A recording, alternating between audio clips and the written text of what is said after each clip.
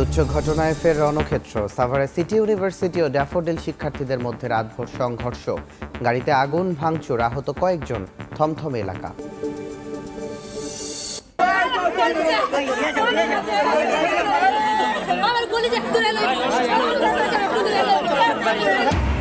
Bearing pad পড়ে নিহত কালামের পরিবারের শোকের মাতম।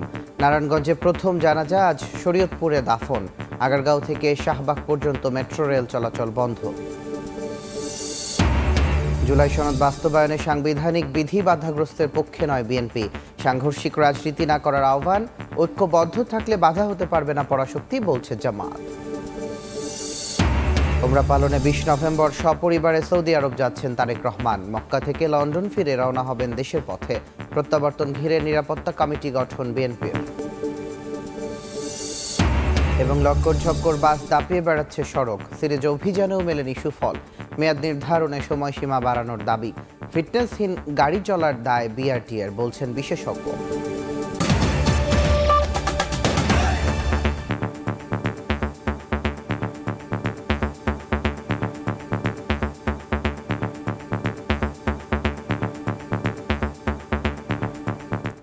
ভোরের সময় সঙ্গে আছি আমি তুষার আহমেদ ইমন।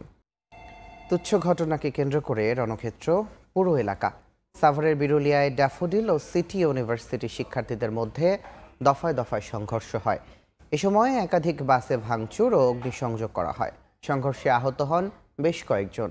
পরিস্থিতি নিয়ন্ত্রণে এলেও থমথমে পরিবেশ বিরাজ করছে এলাকায়। মধ্যরাতে সাভারের বিরুলিয়ার খাগান এলাকায় সংঘর্ষে জড়ায় ড্যাফোডিল ইন্টারন্যাশনাল ইউনিভার্সিটি ও সিটি ইউনিভার্সিটির শিক্ষার্থীরা। আগুন দেয়া হয় বাসে।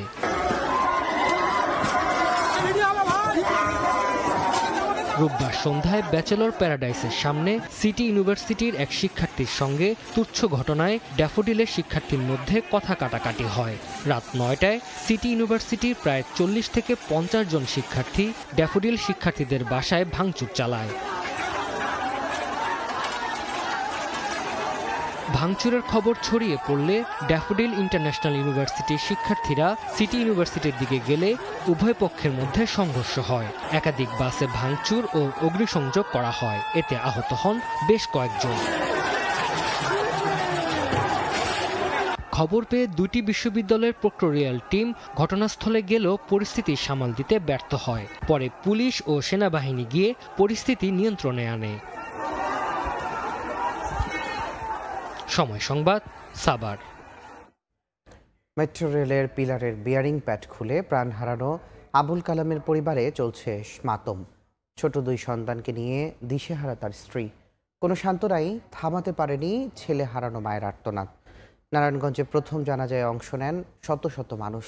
দ্বিতীয় জানাজা শেষে সোমবার শরীয়তপুরে নিজ গ্রামের বাড়িতে দাফন করা হবে কামালকে। নিহতের পরিবারের দায়িত্ব নিতে সরকারের প্রতি দাবি এলাকাবাসীর।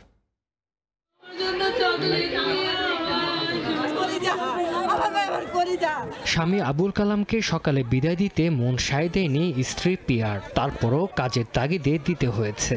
তবে কে জানতো এই বিদায় হবে শেষ বিদায়। নারায়ণগঞ্জের বাসায় ফিরল আবুল কালামের নিথর দেহ। প্রিয়া হলো স্বামীহারা, ছোট 2 সন্তান হারালো বাবাকে। পারিসা ও আব্দুল্লাহ এখনো জানেই না তাদের বাবা আর বেঁচে নেই, যার অভাব কোনো কিছু দিয়ে পূরণ হবার নয়। 9 ভাই বোনের সবার ছোট কালাম, তাকে হারিয়ে দিশেহারা ভাই বোনরা। কোনো সান্ত্বনায় থামাতে পারেনি মায়ের আর্তনাদ। রোববার রাত 10টায় সিদ্ধিরগঞ্জের নতুন আইলপাড়া এলাকায় বাইতুল ফালা জামে মসজিদে প্রথম নামাজে জানাজা হয়। নিহতের পরিবারের সদস্য ও স্বজনরা সহ এলাকার শত শত মানুষ জানাজায় অংশ নেন। খুব ভালো ছিল, কোনো ঝগড়া বিবাদ কোনো ছিল না। ওনারা সুষ্ঠুভাবে যদি এগুলো সবকিছু তদারকি করতো তাহলে কখনোই এরকম হতো না। ওর যে বাচ্চাকে কেউ বহন করবো এরকম কেউ নাই। বাংলাদেশ সরকার যদি মনে করেন না ওর বাচ্চাকে বহনের লেগে আর ইয়ের লেগে যদি করে, সূক্ষ্ম বিচারটা যদি করে, তাহলে আমরা একটু জানাজা শেষে কালামের মরদেহ তার গ্রামের বাড়ি শরীয়তপুর নড়িয়া উপজেলার ঈশ্বরকাঠি এলাকায় নিয়ে যাওয়া হয়। সেখানে দ্বিতীয় জানাজা শেষে পারিবারিক কবরস্থানে দাফন করা হবে। এর আগে রোববার দুপুরে মেট্রো রেলের পিলারের বিয়ারিং প্যাড খুলে মাথার উপর পড়ে প্রাণ হারান আবুল কালাম। আহত হন আরও 2 জন। সময় সংবাদ, নারায়ণগঞ্জ। এর আগে রোববার দুপুরে খুলে পড়ে মেট্রো রেলের পিলারের বিয়ারিং প্যাড, মাথার উপরে পড়ে প্রাণ যায় পথচারীর। আহত হন আরও 2 জন। তদন্তে কারো গাফিলতি পেলে ব্যবস্থা ও নিহতের পরিবারকে সহায়তার আশ্বাস সড়ক উপদেষ্টার। এদিকে মেট্রো রেলের পুরো অংশ সচল না হওয়ায় দিনভর নগর জুড়ে তৈরি হয় চরম ভোগান্তি। চলাচলের নির্ধারিত সময় পর্যন্ত চালু হয়নি শাহবাগ থেকে আগারগাঁও পর্যন্ত অংশ। মেট্রো রেলের পিলারের বিয়ারিং প্যাড খুলে প্রাণ গেছে যুবকের। প্রিয়জনের এমন মর্মান্তিক মৃত্যুর খবরে গ্রামের বাড়ি শরীয়তপুরের নড়িয়ায় আহাজারি থামছে না স্বজনের, শোকে স্তব্ধ এলাকাবাসীও। রোববার দুপুর 12টার দিকে খামারবাড়ি মোড়ে 433 নম্বর পিলারের 150 কেজি ওজনের বিয়ারিং প্যাড হঠাৎই খুলে পড়ে। পথচারী আবুল কালাম আজাদের মাথার উপর পড়লে ঘটনাস্থলেই মৃত্যু হয় তার। আহত হন আরও 2 জন। পাথরটা পড়ছিল, সেই পাথরটা স্পিড করে আমার দিকে আসছে, তখন আমার জীবন বাঁচাতে গিয়ে আমি এভাবে ঠেক দিই। দুর্গা বাচ্চা ছোট ছোট বাইরেও ওনার উপরে নির্ভর, সংসারটা চলবো কেমনে? সরকারই তো দায়ভার, সরকার যেমনে চলে এসব ওনার সংসারটা চলার একটা ব্যবস্থা করিয়া দেয় জানি। ঘটনাস্থলে তাৎক্ষণিক উপস্থিত হন আইনশৃঙ্খলা বাহিনীর সদস্যরা, সেই সঙ্গে উপস্থিত হয় মেট্রো রেল কর্তৃপক্ষ। জানায় গাফিলতি পেলে নেওয়া হবে ব্যবস্থা। বিয়ারিং প্যাড পরে একজন পথচারী যার নাম আবুল কালাম, ওনার বাড়ি হলো শরীয়তপুরে, ওনার মাথার উপরে পড়ে এবং উনি স্পট ডেথ হয়। তদারকি করা হয়, সবই করা হচ্ছে, ইনভেস্টিগেশন করা হয়েছে এবং এটা যে চেক করা দরকার ওটাও করা হয়েছে। অ্যাক্সিডেন্ট হয়েছে, আমাদের কাজ হলো যাতে অ্যাক্সিডেন্ট আর না হয় ওটার প্রতিরোধ করা। বেলা 2:30টার দিকে ঘটনাস্থলে উপস্থিত হন সড়ক পরিবহন উপদেষ্টা। ঘটনা তদন্তে 5 সদস্যের একটি কমিটি গঠনের কথা জানান তিনি। একই সঙ্গে ক্ষতিগ্রস্ত পরিবারকে 5 লাখ টাকা অনুদান ও পরিবারের অন্য সদস্যকে মেট্রো রেলে চাকরি দেওয়ার ঘোষণা দেন তিনি। নিহতের সমস্ত দায় দায়িত্ব আমরা গ্রহণ করব, মেট্রো রেল গ্রহণ করবে। প্রাথমিকভাবে পরিবারকে 5 লক্ষ টাকা সাহায্য দেওয়া হবে নিহতের পরিবারকে। এরপরে নিহতের পরিবারে যদি কোনো কর্মক্ষোভ ইয়ে থাকে তাকে মেট্রো রেলে চাকরি দেওয়া হবে। ঘটনাটা কেন ঘটলো সেটার জন্য আমরা একটা তদন্তি কমিটি গঠন করেছি। দুর্ঘটনার পর বন্ধ হয়ে যায় মেট্রো রেল চলাচল। 2.5 ঘন্টার পর আগারগাঁও উত্তরা অংশ এবং সন্ধ্যার দিকে মতিঝিল থেকে শাহবাগ পর্যন্ত অংশ সচল হয়। তবে মেট্রো রেল চলাচলের নির্ধারিত সময় পর্যন্ত চালু হয়নি শাহবাগ থেকে আগারগাঁও অংশ। এতে রাজধানী জুড়ে যানজটের চরম ভোগান্তিতে পড়েন নগরবাসী। উত্তর থেকে মতিঝিল পর্যন্ত মেনটেন্স করা প্রয়োজন, তাহলে এই ধরনের ভোগান্তির সম্মুখীন আর হব না আমরা ইনশাআল্লাহ। প্রচন্ড জাম, কষ্ট হচ্ছে, রোগী নিয়ে কষ্ট হচ্ছে না। মিরপুর থেকে আসছি, প্রায় 2 ঘন্টা যাবত বসে আছি বাসের ভিতরে। এর আগে গত বছরের 18 সেপ্টেম্বর খামারবাড়ি মোড়ে মেট্রো লাইনের বিয়ারিং প্যাড খুলে পড়ে। তবে সেবার নিচে কেউ না থাকায় হতাহত হননি কেউ। ওয়ালিউল সাকিব, সময় সংবাদ, ঢাকা। অন্য প্রসঙ্গ, জুলাই সনদ বাস্তবায়নে সাংবিধানিক বিধি বাধাগ্রস্তের পক্ষে নয় বিএনপি। সাংঘর্ষিক রাজনীতির পথ থেকে সব দলকে নির্বাচনে অংশ নেওয়ার আহ্বান জানান দলটির নেতারা। ভোটের অভিযাত্রা ক্ষতিগ্রস্ত না করতে জুলাইয়ের চেতনা ধারণের তাগিদ দিয়ে জামাত ইসলামীর সেক্রেটারি জেনারেল বলেন, ঐক্যবদ্ধ থাকলে নতুন বাংলাদেশ বিনির্মাণে বাধা হতে পারবে না কোনো পরাশক্তি। গণ অধিকার পরিষদের প্রতিষ্ঠা বার্ষিকীর অনুষ্ঠানে কথা বলেন তারা। 2018 সালের কোটা সংস্কার আন্দোলনের নেতৃত্ব থেকে উঠে আসা রাজনৈতিক দল গণ অধিকার পরিষদের 4র্থ প্রতিষ্ঠাবার্ষিকী। জুলাই আন্দোলনের সব রাজনৈতিক দলের মিলন মেলায় পরিণত হয় অনুষ্ঠানের মঞ্চ। দলটির সভাপতি নুরুল হক নূর বলেন, নির্বাচন বিলম্বের কোনো সুযোগ নেই। জাতীয় পার্টির বিষয়ে ফয়সালা না হয়ে যদি আমরা নির্বাচনে যাই, আমাদের জন্য শনির দশা অপেক্ষা করছে। জুলাই সনদে স্বাক্ষর হয়েছে, ঘোষণাপত্র হয়েছে, নির্বাচন আর বিলম্ব নয়, ফেব্রুয়ারিতে নয় জানুয়ারিতেই নির্বাচন দিন। এ সময় আগামীর বাংলাদেশ বিনির্মাণে সাংঘর্ষিক রাজনৈতিক পথ পরিহার করে গণতন্ত্রে ফিরতে অংশগ্রহণমূলক নির্বাচনের আহ্বান জানান বিএনপি নেতারা। বলেন, জুলাই সনদ বাস্তবায়নে সাংবিধানিক ধারা বাধাগ্রস্ত করার পক্ষে নন তারা। বাংলাদেশে একটা গণতান্ত্রিক অর্ডার ফিরিয়ে আনতে হবে।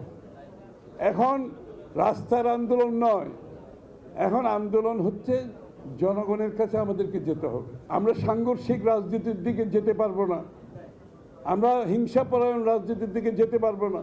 এমন কোনো অসাংবিধানিক পদ্ধতির দিকে না যাই যাতে ভবিষ্যতে এটা নিয়ে আবার প্রশ্ন উঠবে দেশের আইনানুগ ভিত্তি কিভাবে রচিত হবে এবং সেটাকে বাস্তবায়নের জন্য কিভাবে আবার পার্লামেন্টকে জনগণ সম্মতি দিবে, এই কথাগুলো যেন আমরা না আনি।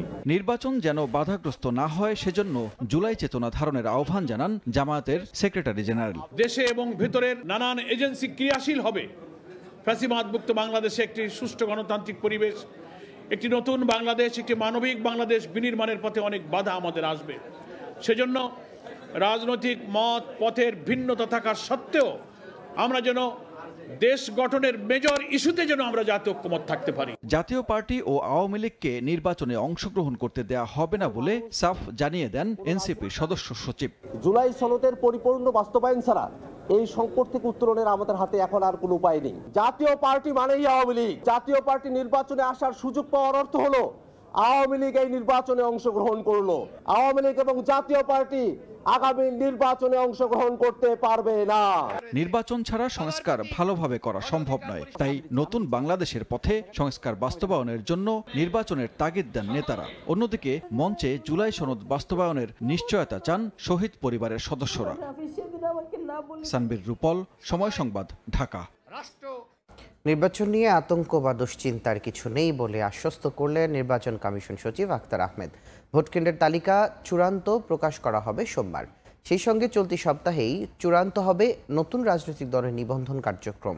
এদিকে জোট করলেও নিজস্ব প্রতীকে ভোট করার বিধানে আপত্তি জানিয়ে ইসিকে চিঠি দিয়েছে বিএনপি। রোববার বিকেলে নির্বাচন কমিশনে পৌঁছেন কমনওয়েলথভুক্ত দেশগুলোর প্রাক নির্বাচন পর্যবেক্ষকদের 5 সদস্যের প্রতিনিধি দল। প্রধান নির্বাচন কমিশনার এএম নাসিরউদ্দিনের সঙ্গে 1.5 ঘণ্টার বৈঠক শেষে কথা বলেন কমনওয়েলথের নির্বাচন সহায়তা বিভাগের প্রধান।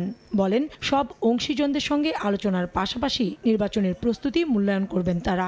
In the weeks and months ahead, not just for the elections but also looking beyond the elections to the post-election phase, when we would also be looking very keenly at how we can support Bangladesh in the next governance cycle. পরে নির্বাচন নিয়ে আতঙ্কের কোনো কারণ নেই জানিয়ে ইসির কার্যক্রমের সবশেষ তুলে ধরেন কমিশনের সিনিয়র সচিব। কেন্দ্রের চূড়ান্ত তালিকাটা হয়েছে, এটা আগামীকালকে জানিয়ে দেব। দল নিবন্ধনের ব্যাপারে অগ্রগতি মাঠ পর্যায়ে থেকে কিছু তথ্য আসছে, বাড়তি তথ্য আসছে, এটা পর্যালোচনা চলছে। আমরা ইনশাআল্লাহ এই সপ্তাহের ভিতরে করে দেব। আতঙ্কিত বা দুশ্চিন্তাগ্রস্ত হওয়ার মতন পরিস্থিতি হয়েছে আমার বিশ্বাস হয়নি। এর আগে সকালে নির্বাচন কমিশনে আসে বিএনপি চেয়ারপারসনের উপদেষ্টা মোহাম্মদ ইসমাইল জবিউল্লাহর নেতৃত্বে 2 সদস্যের প্রতিনিধি দল। প্রধান নির্বাচন কমিশনারের সঙ্গে বৈঠক শেষে বিএনপি চেয়ারপারসনের উপদেষ্টা জানান, জোট করলেও ভোট করতে হবে নিজস্ব প্রতীকে। গণপ্রতিনিধিত্ব আদেশের এই সংশোধনীর সঙ্গে বিএনপি একমত নয়। আগের অবস্থা বহালে বিএনপির পক্ষ থেকে চিঠি দেওয়া হয়েছে ইসিকে। আরপিওর 20 নম্বর অনুচ্ছেদ সংশোধন করে জোট করলেও ভোট করতে হবে দলীয় প্রতীকে, এমন সিদ্ধান্ত নিয়েছে অন্তর্বর্তীকালীন সরকারের উপদেষ্টা পরিষদ। এই সংশোধনীর সাথে বিএনপি একমত নয় এবং এই সংশোধনী থেকে সরে এসে আরপিওর 20 অনুচ্ছেদের পূর্বের বিধান বহাল রাখার অনুরোধ জানিয়ে বিএনপি প্রধান নির্বাচন কমিশনারের কাছে একটি আনুষ্ঠানিক পত্র দিয়েছে। তিনি জানান, আলোচনা না করে এমন সিদ্ধান্ত নেয় গণতান্ত্রিক অধিকার ক্ষুণ্ণ হয়েছে বলে মনে করে বিএনপি। আইন উপদেষ্টা মহোদয়ের একটা জেন্টলম্যানস এগ্রিমেন্ট। কাউসার চৌধুরী কুমু, সময় সংবাদ, ঢাকা। পবিত্র ওমরা পালনে 20 নভেম্বর সপরিবারে সৌদি আরব যাচ্ছেন বিএনপির ভারপ্রাপ্ত চেয়ারম্যান তারেক রহমান। সেখান থেকে লন্ডনে ফিরে নভেম্বরে দেশে ফিরবেন তিনি। দলের স্থায়ী কমিটির সদস্য ইকবাল হাসান মাহমুদ টুকু জানিয়েছেন, তারেক রহমানের ফেরার অপেক্ষায় মুখিয়ে আছে দেশের জনগণ। সরকার পতনের পর থেকেই আলোচনায় কবে দেশে ফিরছেন বিএনপির ভারপ্রাপ্ত চেয়ারম্যান তারেক রহমান। এর মধ্যে দলটির যুক্তরাজ্য শাখার সভাপতি এম এ মালিক সময় সংবাদকে জানালেন, পবিত্র ওমরা পালনে 20 নভেম্বর সপরিবারে সৌদি আরব যাচ্ছেন বিএনপির ভারপ্রাপ্ত চেয়ারম্যান। সেখান থেকেই লন্ডন হয়ে নভেম্বরে দেশে ফিরবেন তিনি। উমরাতে ডেফিনেটলি এটা মুসলমানের এক ধরনের যে কোনো কাজে পূর্বে যেটা সামর্থ্য থাকলে মক্কা মদিনা জিয়ারত করেন বা জিয়ারত করতে চান। উনি শুনছি যে নভেম্বর মাসে বাংলাদেশে আসবেন, এটা বিশ্বাস করছি। এবং হয়তো আসার আগে উমরা করে লন্ডনে ফিরতে পারে। এদিকে দলের চেয়ারপারসনের নিরাপত্তা বিষয়ক উপদেষ্টা ফজলে ইলাহি আকবর জানান, তারেক রহমানের দেশে ফেরা নিয়ে বিএনপির পক্ষ থেকে একটি নিরাপত্তা কমিটি গঠন করা হয়েছে। তারা সরকারি বাহিনীর সঙ্গে সমন্বয় করবেন। এদিকে দলটির স্থায়ী কমিটির সদস্য ইকবাল হাসান মাহমুদ টুকু জানান, তারেক রহমানের ফিরে আসার অপেক্ষায় মুখিয়ে আছে জনগণ। জনগণ মুখিয়ে আছে, তারেক রহমান আসবে, লাখো মানুষের জনস্রোত তৈরি হবে, এটাই তো স্বাভাবিক এবং জনগণ সেটা দিয়ে প্রস্তুত আছে। ডেটটার ঘোষণা হওয়া বাকি, আর ফ্লাইটে জানা বাকি কখন আসবে। দলের প্রস্তুতি হলো আইন শৃঙ্খলা রক্ষা করা, যাতে শৃঙ্খলা বজায় থাকে, এটা রক্ষা করা, সেই প্রস্তুতি আমরা নিচ্ছি। দেশে ফিরে গুলশান 2 এভিনিউ রোডের 196 নম্বর বাড়িতে থাকবেন তারেক রহমান। শাকির আহমেদ, সময় সংবাদ, ঢাকা। সাভারের বিরুলিয়ায় ড্যাফোডিল ও সিটি ইউনিভার্সিটির শিক্ষার্থীদের মধ্যে সংঘর্ষ হয়েছে। এ সময় আহত হয়েছেন বেশ কয়েকজন। এই মুহূর্তে সাভারের বিরুলিয়ায় আছেন সহকর্মী আতাউর আল কাউসার। সরাসরি যাচ্ছি তার কাছে। কাউসার, অত্যন্ত তুচ্ছ ঘটনাকে কেন্দ্র করে যে ভয়াবহ ঘটনা ঘটেছে, এই মুহূর্তে আমি আছি সিটি বিশ্ববিদ্যালয়ে। সিটি বিশ্ববিদ্যালয়ের যে চিত্র, সে চিত্র যদি দেখানো হয় এবং সেই চিত্র দেখলেই বোঝা যাবে যে আসলে কি ভয়ানক তাণ্ডব চলেছে এই বিশ্ববিদ্যালয়টির উপরে। এবং আমরা এখনো পর্যন্ত যতটুকু জেনেছি, অত্যন্ত তুচ্ছ ঘটনাকে কেন্দ্র করেই এই ঘটনার সূত্রপাত হয়েছে এবং রাত 9টায় এই ঘটনার সূত্রপাত হলেও ভোর 5টা পর্যন্ত যে তাণ্ডব চলেছে, সে তাণ্ডব চলাকালীন বিশ্ববিদ্যালয় সিটি বিশ্ববিদ্যালয়ের যে শিক্ষার্থীরা রয়েছেন এবং শিক্ষক রয়েছেন, তারা অভিযোগ করেছেন যে তারা বারবার পুলিশ প্রশাসনের কাছে এই টোটাল বিষয়টি নিয়ে তারা জানিয়েছেন যে তাদের উপরে হামলা হচ্ছে বা একটি সংঘর্ষ চলছে, আর্মিকে জানানো হয়েছে, কিন্তু তাদের অভিযোগ যে কেউই সঠিক সময়ে আসেনি। সঠিক সময় তো দূরের কথা, এই সংঘর্ষ শেষ হওয়া পর্যন্ত প্রশাসনের অর্থাৎ আইন শৃঙ্খলা রক্ষাকারী বাহিনীর কেউই আসেনি, যার প্রেক্ষিতে দেখতে পাচ্ছেন যে কি পরিমাণ গাড়ি এখানে ভাঙচুর করা হয়েছে, প্রচুর বাস এখানে পোড়ানো হয়েছে। এবং সিটি বিশ্ববিদ্যালয়ের শিক্ষার্থীরা আমাদের জানিয়েছেন যে অন্তত 200 শিক্ষার্থী তাদের আহত হয়েছেন এবং বেশ কজন শিক্ষার্থী নিখোঁজ রয়েছেন, যাদেরকে তারা খুঁজে পাচ্ছেন না। এবং যে শিক্ষার্থীরা আহত হয়েছেন তাদেরকে বিভিন্ন হাসপাতালে এখানে রাখা হয়েছে। এবং একটু দূরের দৃশ্য যদি দেখানো হয়, যে এই যে যখন সংঘর্ষ হয়েছে, দেখেন এখানে দেয়াল পর্যন্ত ভাঙা হয়েছে এবং আশপাশে যেই বাসগুলো রয়েছে সেই বাসগুলোতে আগুন দেওয়া হয়েছে, সেই বাসগুলো ভাঙচুর হয়েছে। একাধিক যে মাইক্রোবাস রয়েছে সেই মাইক্রোবাসে ভাঙচুর হয়েছে। এবং আমরা প্রশাসনিক ভবনের ভেতরে গিয়েছিলাম, আমাদের সেই ফুটেজ নিশ্চয়ই আমাদের সংবাদে প্রচার হয়েছে যে ভেতরে অত্যন্ত ভয়ানকভাবে তাণ্ডব চালানো হয়েছে। এবং বিশ্ববিদ্যালয় কর্তৃপক্ষ অভিযোগ জানিয়েছে যে তাদের এখান থেকে বেশ কিছু টাকা পয়সা লুট হয়েছে, তাদের ল্যাপটপ ভাঙচুর হয়েছে, অর্থাৎ সব মিলিয়ে অপূরণীয় ক্ষতি হয়েছে বিশ্ববিদ্যালয়টির। তো এক্ষেত্রে তারা একটি অভিযোগ করেছেন যে আইন শৃঙ্খলা রক্ষাকারী বাহিনীর কোনো রকম সহায়তায় তারা পাননি। এবং আমরাও যখন এখানে এসেছিলাম, আমরা আইন শৃঙ্খলা রক্ষাকারী বাহিনীর কিছু সদস্যকে আমরা দেখেছিলাম রাস্তায়, কিন্তু এক পর্যায়ে তারাও এখান থেকে চলে যান। আমরা সাভার থানা পুলিশের কিছু সদস্যকে দেখেছিলাম, তারা কিছু সময় এখানে উপস্থিত ছিলেন, পরে তারা চলে যান। অর্থাৎ এই যে সংঘর্ষের ঘটনাটি ঘটলো, এই যে হামলার ঘটনাটি ঘটলো, সব মিলিয়ে যেই অরাজক একটি পরিস্থিতি তৈরি হয়েছে, এটি এক পর্যায়ে নিজেদের সমঝোতার ভিত্তিতেই সমাপ্ত হয়েছে। এখানে আইন শৃঙ্খলা বাহিনীর কোনো ধরনের কোনো ভূমিকাই ছিল না, এমন অভিযোগ সিটি বিশ্ববিদ্যালয় কর্তৃপক্ষ করেছেন। এবং আমরাও তেমনটিই দেখেছি যে আসলে এখানে প্রশাসনকে তেমন কোনো ভূমিকা আমরা রাখতে দেখিনি। রাতভর আগুন জ্বালানো হয়েছে, বেশ কিছু স্থাপনায় ভাঙচুর চালানো হয়েছে। আমরা এমন ভিডিও দেখেছি যে সিটি বিশ্ববিদ্যালয়ের যে ছাত্রী হলের উপর থেকে ছাত্রীরা ভিডিও করছিলেন যে সেই ছাত্রী হলে দুর্বৃত্তরা হামলা চালানোর চেষ্টা করছিলেন বারবার, তারা ভেতরে যথেষ্ট অনিরাপদ অবস্থায় ছিলেন। সব মিলিয়ে অত্যন্ত অরাজক একটি পরিস্থিতির সৃষ্টি হয়েছিল এবং আইন শৃঙ্খলা রক্ষাকারী বাহিনীর কোনো ধরনের কোনো রকমের কার্যক্রমই এখানে দেখা যায়নি, যার প্রেক্ষিতে আসলে এই বিষয়টি হয়েছে। এবং শুরু থেকে যদি আইন শৃঙ্খলা রক্ষাকারী বাহিনী তৎপর হতো, তাহলে কোনোভাবেই এ ধরনের ঘটনা ঘটতো না, এমনটি এখানে সবাই জানাচ্ছে। এবং দেখতে পাচ্ছেন বিশ্ববিদ্যালয়ের ভেতরে আমরা আছি, কি বাজে অবস্থা এখানে হয়েছে। এটি একটি ব্যাংক, মধুমতির কালেকশন বুথ, এবং এখানে কিভাবে ভাঙচুর হয়েছে এবং বলা হয়েছে যে এখানে যে টাকা ছিল সে টাকাও লুট হয়েছে। তো এই ছিল অত্যন্ত ভয়াবহ যে দৃশ্য, সেই অত্যন্ত ভয়াবহ দৃশ্য। সিটি বিশ্ববিদ্যালয়ের ভেতরে লুটপাট হয়েছে, এখান থেকে ভাঙচুর হয়েছে, একাধিক গাড়ি আগুন জ্বালানো হয়েছে এবং আসলে কি পরিমাণ টাকার ক্ষয়ক্ষতি হয়েছে সেটি পরবর্তীতে নিরূপণ করা যাবে। এখন পর্যন্ত তারা দাবি করছেন যে অন্তত 20। সরাসরি যুক্ত ছিলাম সাভারের সিটি ইউনিভার্সিটিতে। ডিসেম্বরে নয়, নভেম্বরেই ঘোষণা করা হবে জামায়াত ইসলামীর নতুন আমিরের নাম। সময় সংবাদকে তথ্য নিশ্চিত করেছেন নতুন আমির নির্বাচন পরিচালনা কমিটির প্রধান, দলটির সহকারী সেক্রেটারি জেনারেল এটিএম মাসুম। প্রকন সম্মেলনের ভোট গ্রহণ চলতি মাসেই শেষ হবে বলেও জানান তিনি। বিস্তারিত শফিক মুন্সির প্রতিবেদনে। প্রতিষ্ঠার পর বাংলাদেশ জামায়াতে ইসলামী ইতিহাসের সবচেয়ে দুঃসময় কাটিয়েছে বিগত সরকারের শেষ ১.৫ দশক। ২৪-এর গণঅভ্যুত্থানের পর স্বস্তিতে থাকা দলটি ইতোমধ্যে আবির্ভূত হয়েছে দেশের অন্যতম রাজনৈতিক শক্তি হিসেবে। এরই মধ্যে গুঞ্জন ওঠে ডিসেম্বরে নির্বাচন করা হবে দলটির নতুন আমির। তবে ১ মাস এগিয়ে এনে সেই সময় নির্ধারণ করা হয়েছে নভেম্বরের প্রথম সপ্তাহ। কোনোটাই বলবো না। সময় সংবাদকে বিষয়টি নিশ্চিত করেছেন দলটির নতুন আমির নির্বাচন সংক্রান্ত কমিটির প্রধান এটিএম মাসুম। নভেম্বরের ফার্স্ট উইকে আমরা আশা করি ফলাফল চূড়ান্ত করতে পারবো আর কি। তখন ইনশাল্লাহ আপনারা জানতে পারবেন, আপনাদের কাছে প্রথম যাবে।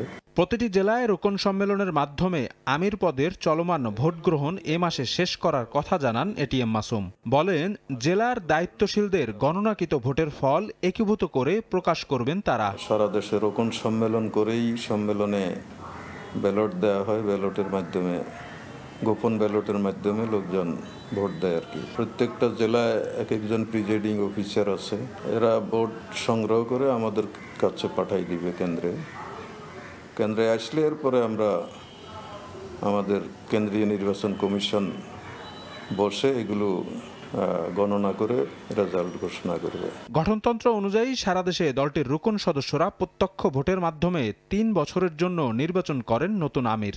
এবার ১ লাখেরও বেশি সদস্য এই নির্বাচনে অংশ নিচ্ছেন বলে জানা গেছে। শফিক মুন্সি, সময় সংবাদ, ঢাকা। দেশে চাঁদার হাত বদল হয়েছে, চাঁদাবাজি বন্ধ হয়নি বলে মন্তব্য করেছেন ইসলামী আন্দোলন বাংলাদেশের নায়েবে আমির সৈয়দ মোহাম্মদ ফয়জুল করিম। রোববার বিকেলে বরিশালের বাকেরগঞ্জ সরকারি কলেজ মাঠে ইসলামী আন্দোলন বাংলাদেশ আয়োজিত গণসমাবেশে তিনি কথা বলেন। দেশ স্বাধীন হওয়ার পর থেকে বিভিন্ন দলের শাসন পরিবর্তন হলেও জনগণের ভাগ্যের কোনো পরিবর্তন হয়নি। আওয়ামী লীগ, বিএনপি সহ কোনো দলই জনগণের কল্যাণে কাজ করেনি মন্তব্য করেন ফয়জুল করিম। আওয়ামী লীগকে যে চাঁদাবাজি জুলুমের জন্য তাড়িয়েছে দেশের মানুষ, সেই চাঁদাবাজি এখন নাই। তার মানে চাঁদার পরিবর্তন হয় না, হাতের পরিবর্তন হয়েছে। বিএনপির মধ্যে এই পর্যন্ত যেই পরিমাণে খুন হয়েছে, আওয়ামী লীগের আমলে এতগুলি প্রকাশ্য খুন হয়েছে কিনা আমি জানি না। আজকে ৫৪ বছর ওরা আমাদেরকে লুটপাট করেছে, জুলুম করছে, অত্যাচার করছে, অবিচার করছে। আপনাকে পরিবর্তন চান কি চান না? ২৪-এর অভ্যুত্থান পরবর্তী বাংলাদেশে মানুষের প্রত্যাশা পূরণ হয়নি বলে মন্তব্য করেছেন এনসিপির উত্তরাঞ্চলের মুখ্য সংগঠক সার্জিস আলম। রোববার সন্ধ্যায় নরসিংদীতে দলের জেলা শাখার সমন্বয় সভায় প্রধান অতিথির বক্তব্যে তিনি কথা বলেন। গত ৫৪ বছরের ক্ষত ১ বছরে সারিয়ে তোলা সম্ভব নয় বলেও মন্তব্য করেন সার্জিস। আমরা দৃঢ়ভাবে বিশ্বাস করি আগামীর বাংলাদেশে আওয়ামী লীগ প্রশ্নে এবং ভারতীয় আধিপত্যবাদ প্রশ্নে বিএনপি এবং জামায়াত এককভাবে নেতৃত্ব দিতে পারবে না। এখানে এনসিপি আবশ্যক। এখন অভ্যুত্থানের বাস্তবতাও নেই, বিপ্লবের বাস্তবতাও নেই, কিন্তু যে গণতান্ত্রিক উত্তরণের কথা বলা হচ্ছে সেই জায়গায় অভ্যুত্থান এবং বিপ্লবের আকাঙ্ক্ষাটাকে ধারণ করতে হবে। হয়তো ১ বছরে হবে না, কিন্তু ৫ বছরে করার সর্বোচ্চ চেষ্টা থাকতে হবে। অতি দ্রুতই জাতীয় নির্বাচনের জন্য প্রার্থী তালিকা প্রকাশ করতে যাচ্ছে জাতীয় নাগরিক পার্টি। প্রার্থী তালিকা চূড়ান্তে কাজ করছে দলটির বিশেষ টিম, এমনটাই জানিয়েছেন দলটির সদস্য সচিব আক্তার হোসেন। বলেন, জনস্বার্থে জোটবদ্ধ হওয়ার বিষয়েও উন্মুক্ত অবস্থানে এনসিপি, সেটা হতে পারে বিএনপি বা অন্য যে কোনো দলের সঙ্গে। তবে নির্বাচন কমিশনের প্রতি আস্থাহীনতা জানিয়ে বিদ্যমান কমিশন ভেঙে পুনর্গঠনের দাবি দলটির। জুলাই সনদে স্বাক্ষর না করা শাপলা প্রতীক নিয়ে অনিশ্চয়তা ও নির্বাচনী জোটের নানা সমীকরণ, এসবের মধ্যেও নিজেদের মাঠ গোছাতে ব্যস্ত সময় পার করছে জাতীয় নাগরিক পার্টি। সময় সংবাদকে এনসিপির সদস্য সচিব আক্তার হোসেন বলেন, দ্রুতই প্রার্থীদের তালিকা প্রকাশ করবে দল। আসন ভিত্তিক প্রার্থী তালিকা নির্ধারণে তৈরি করা হয়েছে বিশেষ টিম। আমাদের নেতাকর্মীরা তারা নির্বাচনের জন্য যে প্রস্তুতি গ্রহণ করছেন সেটাকে তারা মনিটর করছেন। এমন অনেক মানুষই আছেন যারা হয়তো এনসিপি রাজনীতির সঙ্গে এখনো যুক্ত হন নাই, কিন্তু এই মানুষগুলো সমাজের বিভিন্ন গ্রহণযোগ্য জায়গায় নিজেদেরকে অধিষ্ঠিত করেছেন। আমাদের একটা টিম আসলে এই প্রার্থিতার বিষয়গুলো নিয়ে তারা কাজ করছেন। আমরা খুব শীঘ্রই আমাদের প্রার্থীদের যে তালিকা সেটা আমরা প্রকাশ করব। কথা হয় নির্বাচনী জোট গঠনের বিষয়ে। আক্তার হোসেন বলেন, যে কোনো দলের সঙ্গেই হতে পারে জোট। রাজনৈতিক পরিস্থিতি বিবেচনায় এখনই খোলাসা হচ্ছে না কে হচ্ছেন এনসিপির জোট মিত্র। সামনের নির্বাচনে জাতীয় স্বার্থকে বিবেচনায় নিয়ে যদি দেশের প্রয়োজনে জোটের মতো পরিস্থিতিতে জাতীয় নাগরিক পার্টিকে অংশগ্রহণ করতে হয়, তার জন্য এখনো পর্যন্ত আমরা ওপেন রয়েছি। যখন নির্বাচনের সময়টা ঘনীভূত হবে সেই সময়টাতে গিয়েই জোটের বিষয়টাতে আমরা একটা সুনিশ্চিত সিদ্ধান্তে আমরা পৌঁছাতে পারবো। নতুন কমিশন গঠন করে নির্বাচনের আহ্বান জানিয়ে এনসিপি বলছে, এই নির্বাচন কমিশনের অধীনে সুষ্ঠু নির্বাচন অনুষ্ঠানের সম্ভাবনা নেই। তাদের দীর্ঘদিনের যে কর্মকাণ্ড সেখানে অনেকগুলো জায়গাতেই তারা পক্ষপাতমূলক আচরণ করেছেন। আমরা অনেক আগেই এই পক্ষপাতমূলক আচরণগুলো যারা করছেন তাদের পুনর্গঠনের কথা আমরা অনেক আগেই জানিয়েছি, কিন্তু এই পুরো প্রক্রিয়াটাতে এখনো নির্বাচন কমিশনের সুযোগ আছে নিজেদেরকে শুধরে নেবার। দলের সম্ভাব্য মনোনয়ন প্রত্যাশীদের এরই মধ্যেই নিজ নিজ এলাকায় দেখা গেছে জনসংযোগ করতে। শাবাব ওয়াসি, সময় সংবাদ, ঢাকা। আগামী নির্বাচন সামনে রেখে বৃহত্তর জোট গঠনে আগ্রহী বামপন্থী দলগুলো। চলছে প্রাথমিক আলোচনা। নেতারা জানান, নভেম্বরে চূড়ান্ত হতে পারে নির্বাচনী জোটের রূপরেখা। ফারুক ভাই রবিনের রিপোর্ট। সব ঠিক থাকলে ফেব্রুয়ারির ভোট সামনে রেখে ডিসেম্বরেই নির্বাচনী তফসিল ঘোষণার কথা। সময় গড়ানোর সঙ্গে সঙ্গে জোট আর ভোটের নানা সমীকরণ তৈরি হচ্ছে রাজনীতিতে। নির্বাচনী নানা হিসেব নিকেশ বাম রাজনৈতিক শিবিরেও। বৃহত্তর নির্বাচনী ঐক্য গড়ার প্রাথমিক আলোচনা এগিয়ে নিচ্ছেন নেতারা। সিপিবি বাসদের নেতৃত্বাধীন বাম গণতান্ত্রিক জোটের 6 দল, ফ্যাসিবাদ বিরোধী বাম মোর্চার 7 দলের পাশাপাশি গণফোরাম, বাংলাদেশ জাসদ, ঐক্য ন্যাপকে এক মঞ্চে এনে ভোটের লড়াইয়ে নামার পরিকল্পনা নেতাদের। কথাবার্তা চলছে গণতন্ত্র মঞ্চে থাকা বাম দলগুলোর সঙ্গেও। নেতাদের আশা, নভেম্বরের শুরুতে চূড়ান্ত রূপ পেতে পারে আলোচনা। এখন আমরা দলীয় প্রার্থীগুলো ঠিক করতেছি, তারপরে জোট হলে পরে তার মধ্যে সেগুলো সমন্বয় করে আমরা সেই জোটবদ্ধভাবে নির্বাচনে অংশগ্রহণ করব। বাম গণতান্ত্রিক জোট তো আছেই, এর বাইরে ফ্যাসিবাদ বিরোধী বাম মোর্চা, বাংলাদেশ জাসদ, গণফোরাম, ন্যাপ, ঐক্য ন্যাপ, এই সমস্ত পার্টিগুলোর সাথেও আমাদের আলাপ আলোচনা চলতেছে। এর বাইরেও গণতন্ত্র মঞ্চের মধ্যেও যে দলগুলো আছে, বিপ্লবী ওয়ার্কার্স পার্টি, নাগরিক ঐক্য, তাদের সাথেও এমনি প্রাথমিক কথাবার্তা হচ্ছে যে আমরা একটা নির্বাচনী জোট করতে পারি কিনা। তারা আমাদের সঙ্গে ঐক্যমত পোষণ করেছে, এখন দেখা যাক শেষ পর্যন্ত কতজন আমাদের সঙ্গে সঙ্গী হয় আর কি। আমার বিশ্বাস আমরা এই সমমনা দলগুলি আমরা একটা প্রগতিশীল গণতান্ত্রিক জোট করতে, যুক্ত ফ্রন্টের মধ্যে যোগ করতে আমরা সমর্থ হব এবং আমরা সেটা দিয়েই ভোট করবো। আমরা সেই আলোচনা এগিয়ে যাচ্ছে। নেক্সট মান্থের মধ্যে আমার ধারণা আমরা এটা সম্পূর্ণ করতে পারবো। বাস্তবতা হচ্ছে বিএনপির একটা বাক্স, ইসলামপন্থীদের একটা বাক্স, আমরা একটা নতুন বাক্স তৈরি করতে চাই যেটা গরিব মানুষের বাক্স। সোশ্যাল ইঞ্জিনিয়ারিংয়ের মধ্যে দিয়ে আমরা একটা নতুন কম্পোজিশন তৈরি করতে চাই, যে কম্পোজিশনের মানুষরা নিজেদের স্বার্থে, গরিব মেহনতি মানুষের স্বার্থে একটা সরকার কায়েম করার জন্য লড়াই করবে। নেতারা জানাচ্ছেন, কেবল দলীয় ব্যক্তি নয়, সমাজে গ্রহণযোগ্য প্রগতিশীল দলহীন লোকদেরও প্রার্থী তালিকা রাখতে চায় বাম জোট। সামাজিক যে বর্গগুলি আছে আমরা সবাই মিলে 300 আসনের আমরা প্রার্থী দেওয়ার চিন্তা করছি। বিন্দু বিন্দু জল নিয়ে একটা মহাসাগর তৈরি করার যে ইচ্ছা, সেই ইচ্ছাটা আমরা পোষণ করতে চাই। কোনো অরাজনৈতিক ব্যক্তি, কোনো সমাজে প্রতিষ্ঠিত ব্যক্তি যদি আসে জোটের যে কোনো মার্কা নিয়ে, আমাদের জোটে শরীক হতে পারবে ব্যক্তিও এবং সে ভোট করতে পারবে মার্কা নিয়ে, আমরা জোটের কর্মীরা তার পক্ষে কাজ করব, এটা আমাদের আলোচনায় হয়েছে। অন্যদিকে বিএনপির যুগপৎ আন্দোলনের সঙ্গী গণতন্ত্র মঞ্চে থাকা বাম দলগুলো অবশ্য খোলা রাখছে সব পথই। তবে অগ্রাধিকার পাচ্ছে বিএনপির সঙ্গে নির্বাচনী সমঝোতা করার। যুগপথের শরিক তো এটা তো আমাদের অগ্রাধিকার, তাদের সঙ্গে তাদের দিক থেকেও প্রবল আগ্রহ আছে, আর আমাদের দিক থেকেও তো আগ্রহের বাস্তব কারণ আছে। এর বাইরে বামপন্থী প্রগতিশীল গণতান্ত্রিক ধারার যারা আছেন তাদের সাথে আমরা কথাবার্তা বলবো। আবার ধরেন সবাই মিলে আমরা একটা বোঝাপড়াটা কিভাবে তৈরি করা যেতে পারে সেটাকে আমরা এক্সপ্লোর করে দেখার আমরা চেষ্টা করব। 9 অক্টোবর সংবাদ সম্মেলন করে 120 প্রার্থীর নামও ঘোষণা করেছে গণতন্ত্র মঞ্চ। ফারুক ভিয়া, রবিন, সময় সংবাদ, ঢাকা। গণমাধ্যমের স্বাধীনতা ও সাংবাদিকদের নিরাপত্তা নিশ্চিতে সরকার আন্তরিক বলে জানিয়েছেন তথ্য ও সম্প্রচার উপদেষ্টা মাহফুজ আলম। ঢাকা রিপোর্টার্স ইউনিটিতে একই অনুষ্ঠানে প্রেস সচিব বলেন, নির্বাচনের আগে বিভিন্ন ওয়েবসাইট আনা হবে নজরদারিতে। রোববার বিকেলে মিট দ্য রিপোর্টার্স অনুষ্ঠানের আয়োজন করে ঢাকা রিপোর্টার্স ইউনিটি। এ সময় সাংবাদিকদের বিভিন্ন প্রশ্নের উত্তর দেন তথ্য ও সম্প্রচার উপদেষ্টা। বলেন, গণমাধ্যমের স্বাধীনতা ও সাংবাদিকদের নিরাপত্তা নিশ্চিতে সরকার আন্তরিক। বিগত দিনে যারা ফ্যাসিবাদের হয়ে অপসাংবাদিকতা করেছে তারা সাংবাদিক সুরক্ষা আইনের সুযোগ নিতে পারে বলেও আশঙ্কা প্রকাশ করেন তথ্য উপদেষ্টা। কোনো সাংবাদিক আঘাতপ্রাপ্ত হোক এটা আমরা চাই না, কিন্তু এই পুরো জিনিসটা একটা সিস্টেমের অংশ। এই সিস্টেমটা যদি সুন্দর হয়, আইন করে দিলে আমরা মনে করি যে সবাই সুরক্ষিত থাকবে। আমরা সাংবাদিকতা সুরক্ষা আইন করবো, কিন্তু সুরক্ষা পাবে কে? আমি এই ক্ষেত্রে খুবই সন্দিহান। গণমাধ্যম কর্মীদের চলমান বেতন কাঠামো নিয়ে অসন্তোষ প্রকাশ করে তথ্য উপদেষ্টা বলেন, সঠিকভাবে বেতন না দিলে বাতিল করা হবে অ্যাক্রিডিটেশন সহ সব সুযোগ সুবিধা। আমরা একটা বেসিক স্যালারি সাংবাদিকদের জন্য প্রস্তাব করে যেতে চাই, এবং সাংবাদিকদের যদি এই বেসিক স্যালারি না দেওয়া হয় তাহলে ওই পত্রিকা আমরা বা আউটলেটকে আমরা এই সুবিধা দিব না। অনুষ্ঠানে প্রধান উপদেষ্টার প্রেস সচিব বলেন, নির্বাচনের আগে গুজব ও বিভ্রান্তিকর তথ্য প্রতিরোধে ব্যাঙের ছাতার মতো গড়ে ওঠা ওয়েবসাইটগুলো নজরদারিতে আনা হবে। ব্যাঙের ছাতার মতো ওয়েবসাইটগুলো হচ্ছে যারা কপিরাইট ইনফ্রিঞ্জমেন্ট করে, সেইগুলো অ্যাকশন নিতে গেলেও দেখা যায় যে একটা গ্রুপ দাঁড়িয়ে যায় যে দেশে এই গভর্নমেন্ট ফ্রিডম অফ স্পিচে বিশ্বাস করে না। নির্বাচনের সময় সাংবাদিকদের সুরক্ষার বিষয়ে ইসির সঙ্গে আলোচনা করা হবে বলেও জানান প্রেস সচিব। দিন মোহাম্মদ সাব্বির, সময় সংবাদ, ঢাকা। গুম খুনের ৩ মামলায় সাবেক বর্তমান ১৫ সেনা কর্মকর্তার হাজিরার দিন পেছালো। প্রসিকিউশনের আবেদনের পরিপ্রেক্ষিতে গুমের ২ মামলার তারিখ ৩ দিন পিছিয়ে ২৩ নভেম্বর ধার্য করা হয়েছে। আর রামপুরায় হত্যাযজ্ঞের মামলায় তারিখ পেছানো হয়েছে ১৯ দিন।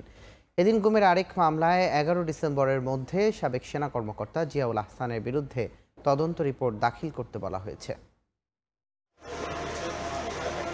গত ২২ অক্টোবর গুমের ২ মামলা এবং জুলাই আগস্টের এক হত্যা মামলায় আন্তর্জাতিক অপরাধ ট্রাইব্যুনালে হাজির করা হয় সাবেক বর্তমান ১৫ সামরিক কর্মকর্তাকে।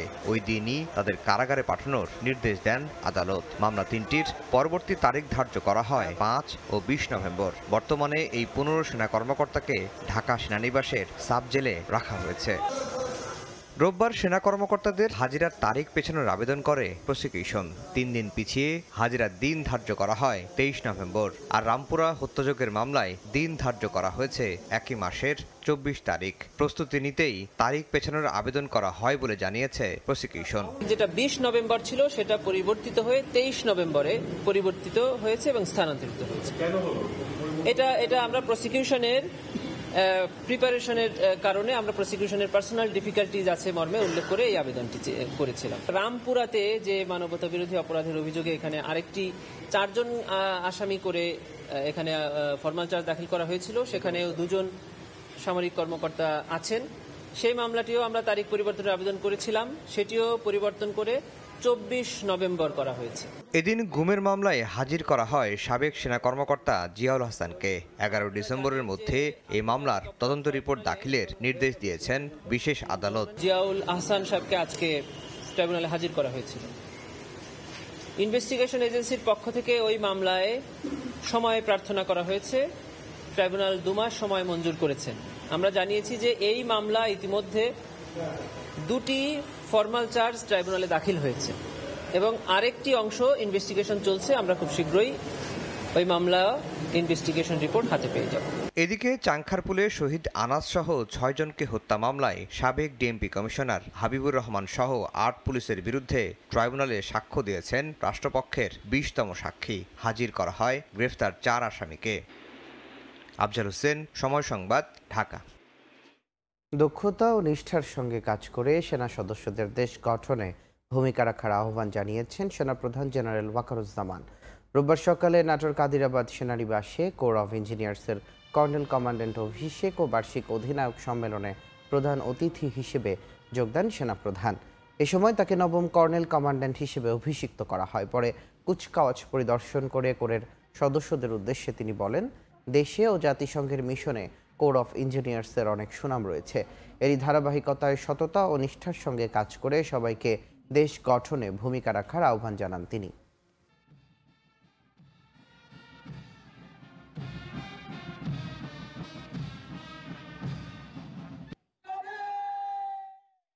কর্নেল কমান্ডেন্ট হিসাবে আমি আশা করব এই কোর তাদের শৃঙ্খলা এবং কর্তব্যবোধের মাধ্যমে নিজেদেরকে সর্বদা সচেষ্ট, সর্বদা প্রতিষ্ঠিত রাখবে,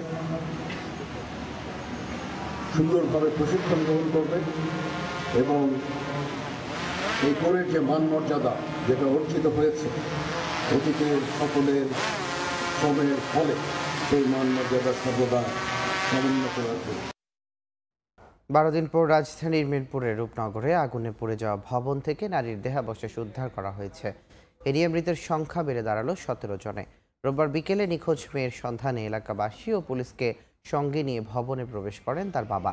একটি কক্ষের টেবিলের নিচে পাওয়া যায় দেহাবশেষ। হাতের মেহেদি দেখে মরদেহ শনাক্ত করেন মার্জিয়া সুলতানার বাবা। দেহাবশেষটি ঢাকা মেডিকেল মর্গে পাঠানো হয়েছে। পুলিশ জানায় ডিএনএ পরীক্ষা শেষে স্বজনের কাছে হস্তান্তর করা হবে। আজকে বিকালের দিকে আপনার 5টা সাড়ে 5টার দিকে একটা ডেড বডি আমরা দিয়েছি। ওখানে তো এতদিন পর্যন্ত আমরা ঢুকতে পারিনি, এখানে গ্যাসের প্রকোপ ছিল। আমরা ওখান থেকে একটা ডেড বডি আসছি। এখনো আমরা পরিচয় শনাক্ত করতে পারিনি, এটা ডিএনএ করা হবে, ডিএনএ এর পরে জানা যাবে। ওয়াটার পোলো খেলা প্রশিক্ষণই কাল হলো রাজশাহী বিশ্ববিদ্যালয়ের শিক্ষার্থী সাইমা হোসেনের। সুইমিং পুলের পানিতে ডুবে মারা গেলেন তিনি। সহপাঠীদের অভিযোগ বিশ্ববিদ্যালয় কর্তৃপক্ষের উদাসীনতা এমন মৃত্যু। তবে উপাচার্য জানান কারো কোনো অবহেলা থাকলে তদন্ত করে ব্যবস্থা নেওয়া হবে। রাজশাহী বিশ্ববিদ্যালয়ে আন্তঃবিভাগ ক্রীড়া প্রতিযোগিতায় ওয়াটার পোলোর খেলোয়াড় ছিলেন শিক্ষার্থী সাইমা হোসেন। রোববার বিকেলে আরেকজন খেলোয়াড়কে সঙ্গে নিয়ে তিনি ক্যাম্পাসের সুইমিং পুলে প্রশিক্ষণ নিতে যান। পানিতে নেমে কয়েকবার সুইমিং পুলের এপার থেকে ওপার আসা যাওয়া করার সময় হঠাৎ তলিয়ে যান। এ সময় পুলে থাকা অন্যরা আশপাশের লোকজনকে ডেকে সাইমাকে উদ্ধার করে বিশ্ববিদ্যালয়ের মেডিকেলে নিয়ে যান। সেখান থেকে রাজশাহী মেডিকেল কলেজ হাসপাতালে পাঠালে চিকিৎসকরা মৃত ঘোষণা করেন। তবে শিক্ষার্থীদের অভিযোগ সাইমা সুইমিং পুলে ডুবে গেলেও সেখানে ইনস্ট্রাক্টর ছিলেন না। জরুরি অবস্থায় জীবন রক্ষার কোনো সরঞ্জামও ছিল না। বিশ্ববিদ্যালয় মেডিকেলে অক্সিজেন পাওয়া যায়নি। কর্তৃপক্ষের উদাসীনতায় এমন মৃত্যু।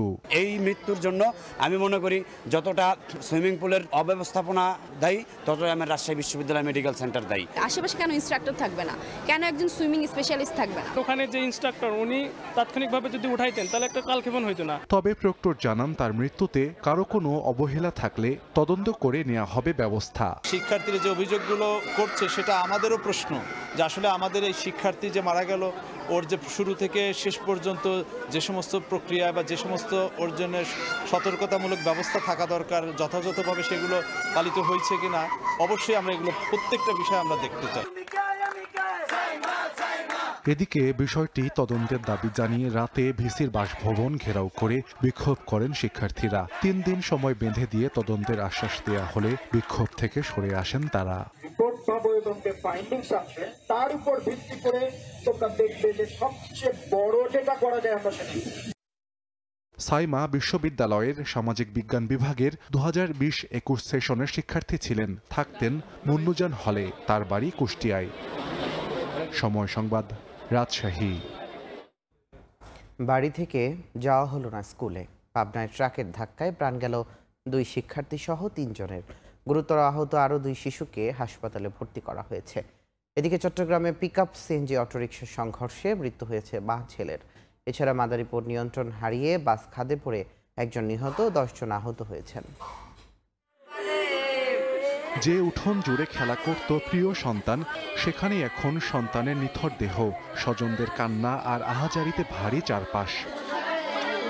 রোববার সকাল 7টা প্রতিদিনের মতো ভ্যানে চড়ে পাবনা জামালপুর এলাকার ক্যাডেট কলেজিয়েট স্কুল অ্যান্ড কলেজে যাচ্ছিল 10 থেকে 12 জন শিক্ষার্থী। তাদের বহনকারী ভ্যানটি গয়েশপুর ইউনিয়নের ভাঙাবাড়িয়া এলাকায় পৌঁছালে ঢাকা থেকে পাবনাগামী একটি ট্রাক নিয়ন্ত্রণ হারিয়ে শিক্ষার্থী বহনকারী ভ্যানে চাপা দেয়। এতে ঘটনাস্থলে নিহত হন পাবনা কলেজিয়েট স্কুল অ্যান্ড কলেজের 4র্থ শ্রেণীর ছাত্রী তাসমিয়া আক্তার, 5ম শ্রেণীর ছাত্র আবু তোহা ও ভ্যান চালক আকরাম হোসেন। আহত 2 জনকে পাবনা জেনারেল হাসপাতাল হাসপাতালে ভর্তি করা হয়। দুর্ঘটনা কবলিত ট্রাকটি জব্দ করা হলেও পালিয়ে গেছে চালক। চট্টগ্রামের মিরসরাইয়ের করেরহাট থেকে রামগড়গামী একটি সিএনজি অটোরিকশা ফরেস্ট অফিসের মুখে পৌঁছালে নিয়ন্ত্রণ হারায়। এ সময় বিপরীত দিক থেকে আসা পিকআপ ভ্যানের সঙ্গে মুখোমুখি সংঘর্ষ হয়। এতে ঘটনাস্থলেই মা ও ছেলে প্রাণ হারান। গুরুতর আহত হয়েছেন আরও 2 জন। দুর্ঘটনা কবলিত গাড়ি দুটি জব্দ করেছে পুলিশ।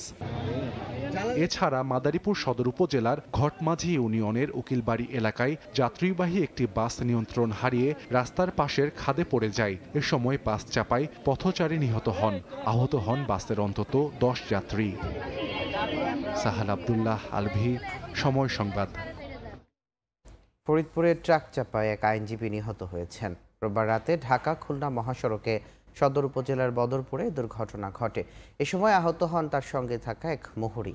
পুলিশ জানায়, আইনজীবী মোসাদ্দেক ও তার মুহুরি মুজিবর কানাইপুর থেকে মোটরসাইকেলে করে শহরের দিকে আসছিলেন। বদরপুর এলাকায় পৌঁছালে দ্রুতগতির মোটরসাইকেলে ধাক্কা দিয়ে পালিয়ে যায়। স্থানীয়রা তাদের দ্রুত উদ্ধার করে ফরিদপুর মেডিকেল কলেজ হাসপাতালে নিয়ে গেলে চিকিৎসক আইনজীবীকে মৃত ঘোষণা করেন। এদিকে মুহুরি চিকিৎসাধীন রয়েছেন। শত চেষ্টা করেও সড়ক থেকে লক্কর ঝক্কর গাড়ি সরাতে পারেনি সরকার। একের পর এক ভ্রাম্যমাণ আদালত বসিয়েও সুফল মেলেনি। সড়কে শৃঙ্খলা ফেরাতে ধারাবাহিক অভিযান পরিচালনা করলে গণপরিবহন সংকটে তৈরি হয় যাত্রী ভোগান্তি। এদিকে পুরনো গাড়ির মেয়াদ নির্ধারণে সময়সীমা বাড়ানোর দাবি জানিয়েছে মালিক সমিতি। পরিবহন বিশেষজ্ঞরা বলছেন, কোনো কিছু না দেখেই ফিটনেস সনদ দিচ্ছে বিআরটিএ।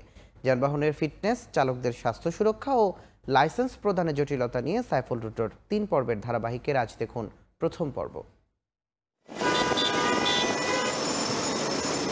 বাংলাদেশ সড়ক পরিবহন কর্তৃপক্ষ বিআরটিএর তথ্যে দেখা গেছে, সেপ্টেম্বর মাসে দেশের 6টি বিভাগে নিয়মিত অভিযান পরিচালনা করা হয়েছে 386টি। এসব অভিযানে মামলা করা হয় 2618টি। বিভিন্ন মেয়াদে কারাদণ্ড দেওয়া হয় 13 জনকে। জরিমানা আদায় করা হয় 65,21,100 টাকা এবং ডাম্পিংয়ে পাঠানো হয় 364টি গাড়ি।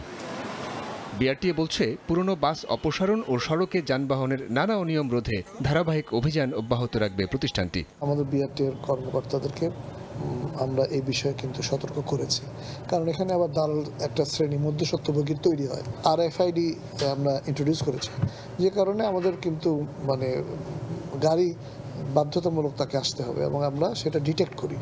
ফলে এখন কিন্তু কোনো গাড়ি ছাড়া কোনো ফিটনেস পরীক্ষা হচ্ছে না। সড়কে থাকা পুরনো লক্কর ঝক্কর গাড়ি সরিয়ে নিতে বিআরটিএর চালানো অভিযানে ক্ষুব্ধ প্রতিক্রিয়া দেখিয়ে সরকারের কাছে 8 দফা দাবি জানান পরিবহন ব্যবসায়ীরা। তাদের মতে, মেয়াদ বিবেচনায় বাণিজ্যিক মোটরযান বাতিলের পরিকল্পনায় অর্থনৈতিক চাপ তৈরি হবে। শুধু একটা কথাই শিখছেন যে মেয়াদ উত্তীর্ণ বলতে গেলে তো 5 বছরটাও মেয়াদ উত্তীর্ণর চাইতে খারাপ হতে পারে। লক্কর জক্কর আর আপনার মেয়াদ উত্তীর্ণ এক না। লক্কর জক্কর হলে আপনার ভালো গাড়িও সেটা চলতে গিয়ে ডেন্ট হয়েছে আপনার চালানোর অদক্ষতার জন্য বা রাস্তার জন্য। ইকোনমিক লাইফের উপর যে গাড়িকে বাদ দেওয়ার জন্য বলবে, এটা দেশের জন্য অর্থনৈতিক চাপ। অন্যদিকে পেশাদারিত্বের প্রশ্নে বিআরটিএ পিছিয়ে আছে বলে মত পরিবহন ও যোগাযোগ বিশেষজ্ঞ অধ্যাপক ডক্টর শামসুল হকের। জানান, ফিটনেসবিহীন গাড়ি সড়কে চলার দায় বিআরটিএর। ফিজিক্যাল জিনিস দেখতে হয়, সেফটি জিনিস দেখতে হয়, লাইটিং দেখতে হয়, ইন্ডিকেটর দেখতে হয়, পলিউশনের প্যারামিটারগুলি দেখতে হয়। সরি টু সে, এগুলি না দেখেই বিআরটিএ কাজ চালিয়ে যাচ্ছেন। যখন অভিযান সর্বস্ব ড্রাইভ দেয়, তখনই বোঝা যায় যে প্রতিষ্ঠানগুলি পেশাদারি না। পরিবহন খাত সংস্কারে বর্তমান সরকারের কাছে উল্লেখযোগ্য সাড়া পাওয়া যায়নি বলেও মন্তব্য করেন তিনি। এই সরকারের প্রতি আমাদের অনেক প্রত্যাশা ছিল। পলিটিক্যাল সরকার অনেক কারণেই অনেক কিছু পারে না, এই সরকারও এটা পারল না। এটা অত্যন্ত দুর্ভাগ্য, কারণ এটা সংস্কারের ব্যাপার। বিআরটিএর প্রতিটি সার্কেলে থাকা ফিটনেস যাচাইয়ের স্থান ক্লোজড সার্কিট ক্যামেরার আওতায় আনা হলে সনদ দেওয়ার প্রক্রিয়া কিছুটা হলেও স্বচ্ছ হবে বলে মনে করেন এই যোগাযোগ বিশেষজ্ঞ। সাইফুল রুদ্র, সময় সংবাদ, ঢাকা। চিত্রনায়ক সালমান শাহর মৃত্যুর 29 বছর পর আবারও আলোচনায় তার ইস্কাটনের ফ্ল্যাট। হত্যা মামলার পর দ্বিতীয় দফায় ঘটনাস্থল পরিদর্শন করেছে রমনা থানা পুলিশ। পুরানো রহস্যের জট খোলার চেষ্টায় তদন্ত কর্মকর্তারা। বিস্তারিত জানাচ্ছেন মাহিব আল হাসান। রাজধানীর ইস্কাটনের এই ফ্ল্যাটেই 1996 সালে 6 সেপ্টেম্বর মৃত্যু হয় ঢাকাই সিনেমার বরপুত্র সালমান শাহের। দীর্ঘ 29 বছর পর আবারও আলোচনায় ইস্কাটনের এই ফ্ল্যাট। 20 অক্টোবর আদালতের নির্দেশে সালমান শাহের মৃত্যুর ঘটনায় অপমৃত্যুর মামলাটি হত্যা মামলায় স্থানান্তর করা হয়। এর পরপরই সালমান মৃত্যুর রহস্য উদ্ঘাটনে আবারও তৎপর হয় আইন শৃঙ্খলা বাহিনী। হত্যা মামলা হওয়ার পর দ্বিতীয় দফায় ঘটনাস্থলে যান রমনা থানা পুলিশ। ফ্ল্যাটটিতে পরিদর্শনে এসে পুরনো কেস ফাইল বারবার বাস্তব চিত্রের সঙ্গে মিলিয়ে দেখেন তারা। সরজমিনের বিষয়গুলো দেখলাম, কোন রুমে ছিল, কোন রুমে থাকতো। বাড়ির মালিক ওনার সাথে কথা বললাম, তারা বলছে যে বিগত সময়ে বাড়িটা যে অবস্থা ছিল সে এখনো সেই একই অবস্থায় আছে, কোনো তারা পরিবর্তন কোনো কিছু তারা করেননি। তদন্ত কর্মকর্তারা বলছেন দীর্ঘ সময় পেরিয়ে গেলেও এখনও পদক্ষেপ নেওয়া সম্ভব। নতুন করে সাক্ষ্য গ্রহণ, আলামতের যাচাই এবং প্রযুক্তিগত বিশ্লেষণ পাল্টে দিতে পারে মামলার মোড়। কয়েকজনের সঙ্গে আমরা জানতে পেরেছি দেশের বাইরে আছে, আর যারা দেশে আছে তাদের অবস্থান শনাক্তের চেষ্টা চলতেছে। খুব শীঘ্রই আমরা তাদেরকে আইনের আওতায় আনতে পারবো বলে আশা ব্যক্ত করতেছি। ইস্কাটনের এই ফ্ল্যাটেই একসময় ছিল ঢাকাই সিনেমার স্বপ্ন ভবন। 29 বছর পর এই অনুসন্ধান রহস্যের জট খুলবে কিনা সেটি এখন সময়ের অপেক্ষা। মুহিব আল হাসান, সময় সংবাদ, ঢাকা। চট্টগ্রামে পরিকল্পিতভাবে গুজব ছড়িয়ে গার্মেন্টস সেক্টরে অস্থিরতা সৃষ্টির চেষ্টা চলছে বলে অভিযোগ উঠেছে। বিজিএমইএ বলছে বিদেশি বায়ার প্রতিষ্ঠানকে বাংলাদেশ বিমুখ করতেই টার্গেট করা হচ্ছে A1 ক্যাটাগরির ভিআইপি পোশাক কারখানা। বেতন ভাতা নিয়মিত দেয়া হলেও সংঘবদ্ধ চক্রটি নানা অজুহাতে সংঘাত সৃষ্টি করছে। তবে যে কোনো বিশৃঙ্খল পরিস্থিতি এড়াতে সতর্ক অবস্থানে শিল্প পুলিশ। সাখাওয়াত ক্যামেরায় বিস্তারিত জানাচ্ছেন কমল দে। তুচ্ছ ঘটনাকে কেন্দ্র করে প্রথমে বিশৃঙ্খলা সৃষ্টির চেষ্টা, কিন্তু শ্রমিকেরা সে ফাঁদে পা না দেওয়ায় শুরু হয় গুজব সৃষ্টির পায়তারা। নির্যাতনে 3 শ্রমিকের মৃত্যুর গুজব রটিয়ে পুরো ইপিজেডকে অস্থির করে তোলে সংঘবদ্ধ চক্রটি। এমনকি কথিত মৃত শ্রমিকদের ভিডিও পর্যন্ত তৈরি করা হয়। উত্তপ্ত পরিস্থিতি সামাল দিতে বন্ধ করা হয় 8টি কারখানা। কথিত মৃত শ্রমিকদের জীবিত ফিরে আসার তথ্য নিশ্চিত হয়। 1 সপ্তাহ পর খুলে দেওয়া হয় বন্ধ হওয়া কারখানাগুলো। আর এটি হলো চট্টগ্রাম ইপিজেডে গুজব সৃষ্টির মাধ্যমে গার্মেন্টস সেক্টরে অস্থিরতা সৃষ্টির সবশেষ ঘটনা। তারা ভিডিওতে দেখা যায় কাফনের কাপড়টা সরাই আবার ঢেকে দিল, এবং এই ভিডিওটা তারা কিন্তু প্রত্যেকটা ফ্যাক্টরিতে জানালো যে আমাদের 3 জন শ্রমিক ম্যানেজমেন্টের দ্বারা নিহত হয়েছে। তো পরবর্তীতে আমরা এই বিষয়ে সঙ্গে সঙ্গে আমরা তাদের বিষয়ে খোঁজখবর নিই এবং তাদের অডিও এবং ভিডিও আমরা কালেক্ট করি এবং শ্রমিকদেরকে আমরা জানাই যে না, এটা একটা গুজব ছিল, কেউ যেন এই গুজবে পা না দেয়। গার্মেন্টস ব্যবসায়ীদের অভিযোগ, বিশ্বখ্যাত বায়ার প্রতিষ্ঠানগুলোকে বাংলাদেশ বিমুখ করার চেষ্টা চালিয়ে যাচ্ছে একটি চক্র, যার অংশ হিসেবে শ্রমিকদের বেতন ভাতা নিয়মিত পরিশোধ সত্ত্বেও A1 এবং ভিআইপি কারখানাগুলোকে টার্গেট করেই অস্থিরতা সৃষ্টি করা হচ্ছে। কারণ এসব কারখানাতে প্রস্তুত হয় প্রতিষ্ঠিত বিদেশি ব্র্যান্ডের পোশাক। এটা সুপার কমপ্লায়েন্স ফ্যাক্টরি, তো সুপার কমপ্লায়েন্স ফ্যাক্টরির কোনো সমস্যা থাকার কথা না।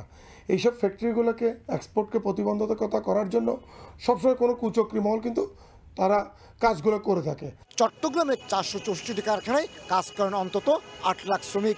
এর বাইরে চট্টগ্রাম ইপিজেড এবং কর্ণফুলী ইপিজেডে আরও 3 লাখ শ্রমিক রয়েছে। আর তাই অসন্তোষ সৃষ্টির ক্ষেত্রে কৌশলগতভাবে গার্মেন্টস সেক্টরকে বেছে নেওয়া হচ্ছে বলে অভিযোগ বিজিএমইএর। এই সেক্টরে যদি অসন্তোষ হয়, এটা বাংলাদেশের জন্য একটা ডিজাস্টার। কেন? কারণ এই সেক্টরটাই হতেছে আপনার সর্বোচ্চ রপ্তানি আর্নিংয়ের একটা সেক্টর। ইতিমধ্যে মার্কিন ট্যারিফ ইস্যু নিয়ে জটিলতা অনেকটা কাটিয়ে উঠে ঘুরে দাঁড়াতে শুরু করেছে বাংলাদেশের তৈরি পোশাক খাত। এমন ইতিবাচক পরিস্থিতিতে প্রতিযোগী দেশগুলোর চক্রান্তে জড়িত থাকার শঙ্কা রয়েছে। আর তার সঙ্গে যুক্ত হচ্ছে এখানকার নানা ইস্যু। বাংলাদেশ কিন্তু প্রতিযোগিতায় এখন একটা ভালো পজিশন আছেন। তো এই প্রতিযোগিতাকে নস্যাৎ করার জন্য এই দেশীয় এবং বিদেশি একদল লোক এখানে উঠে পড়ে লেগেছেন এবং বিভিন্ন ধরনের গুজব সৃষ্টি করে এই ইন্ডাস্ট্রিকে তার অগ্রযাত্রাকে ব্যাহত করার জন্য প্রচেষ্টা করছেন। গত 1 বছরে বেতন ভাতার আন্দোলন ছাড়াও গার্মেন্টস কারখানায় তুচ্ছ ঘটনা এবং গুজবকে কেন্দ্র করে 100-এর বেশি সংঘাত নিয়ন্ত্রণ করেছে সেনাবাহিনী এবং পুলিশ। কমল দে, সময় সংবাদ, চট্টগ্রাম। রফতানি বাজার বাড়াতে শুধু পাকিস্তান নয়, যে কোনো দেশের সঙ্গে সম্পর্ক জোরদারে প্রস্তুত ব্যবসায়ীরা। তবে ব্যবসা বাণিজ্য করতে গিয়ে রাষ্ট্রীয় স্বার্থ ছাড় দিতে চান না তারা। এই অবস্থায় ঢাকা ইসলামাবাদের নবম জিইসি বৈঠক ঘিরে পাকিস্তানের বাজারে শুল্কমুক্ত পণ্যের প্রবেশাধিকার নিশ্চিতে জোর দেওয়ার পরামর্শ অর্থনীতিবিদদের। MS আরেফিনের রিপোর্ট। পাকিস্তান থেকে সবচেয়ে বেশি তৈরি পোশাক শিল্পের জন্য দরকারি কাপড় ও সুতা এবং সিমেন্ট আমদানি করেন দেশীয় উদ্যোক্তারা। আর বাংলাদেশ থেকে মোটা দাগে যায় পাট, টেক্সটাইল ফাইবার, ওষুধ ও হাইড্রোজেন পারঅক্সাইড। অর্থনৈতিক সম্পর্ক বিভাগ ERDর তথ্য, সবশেষ 2024-25 অর্থ বছরে বাংলাদেশ পাকিস্তান থেকে আমদানি করেছে 78 কোটি 70 লাখ ডলারের পণ্য।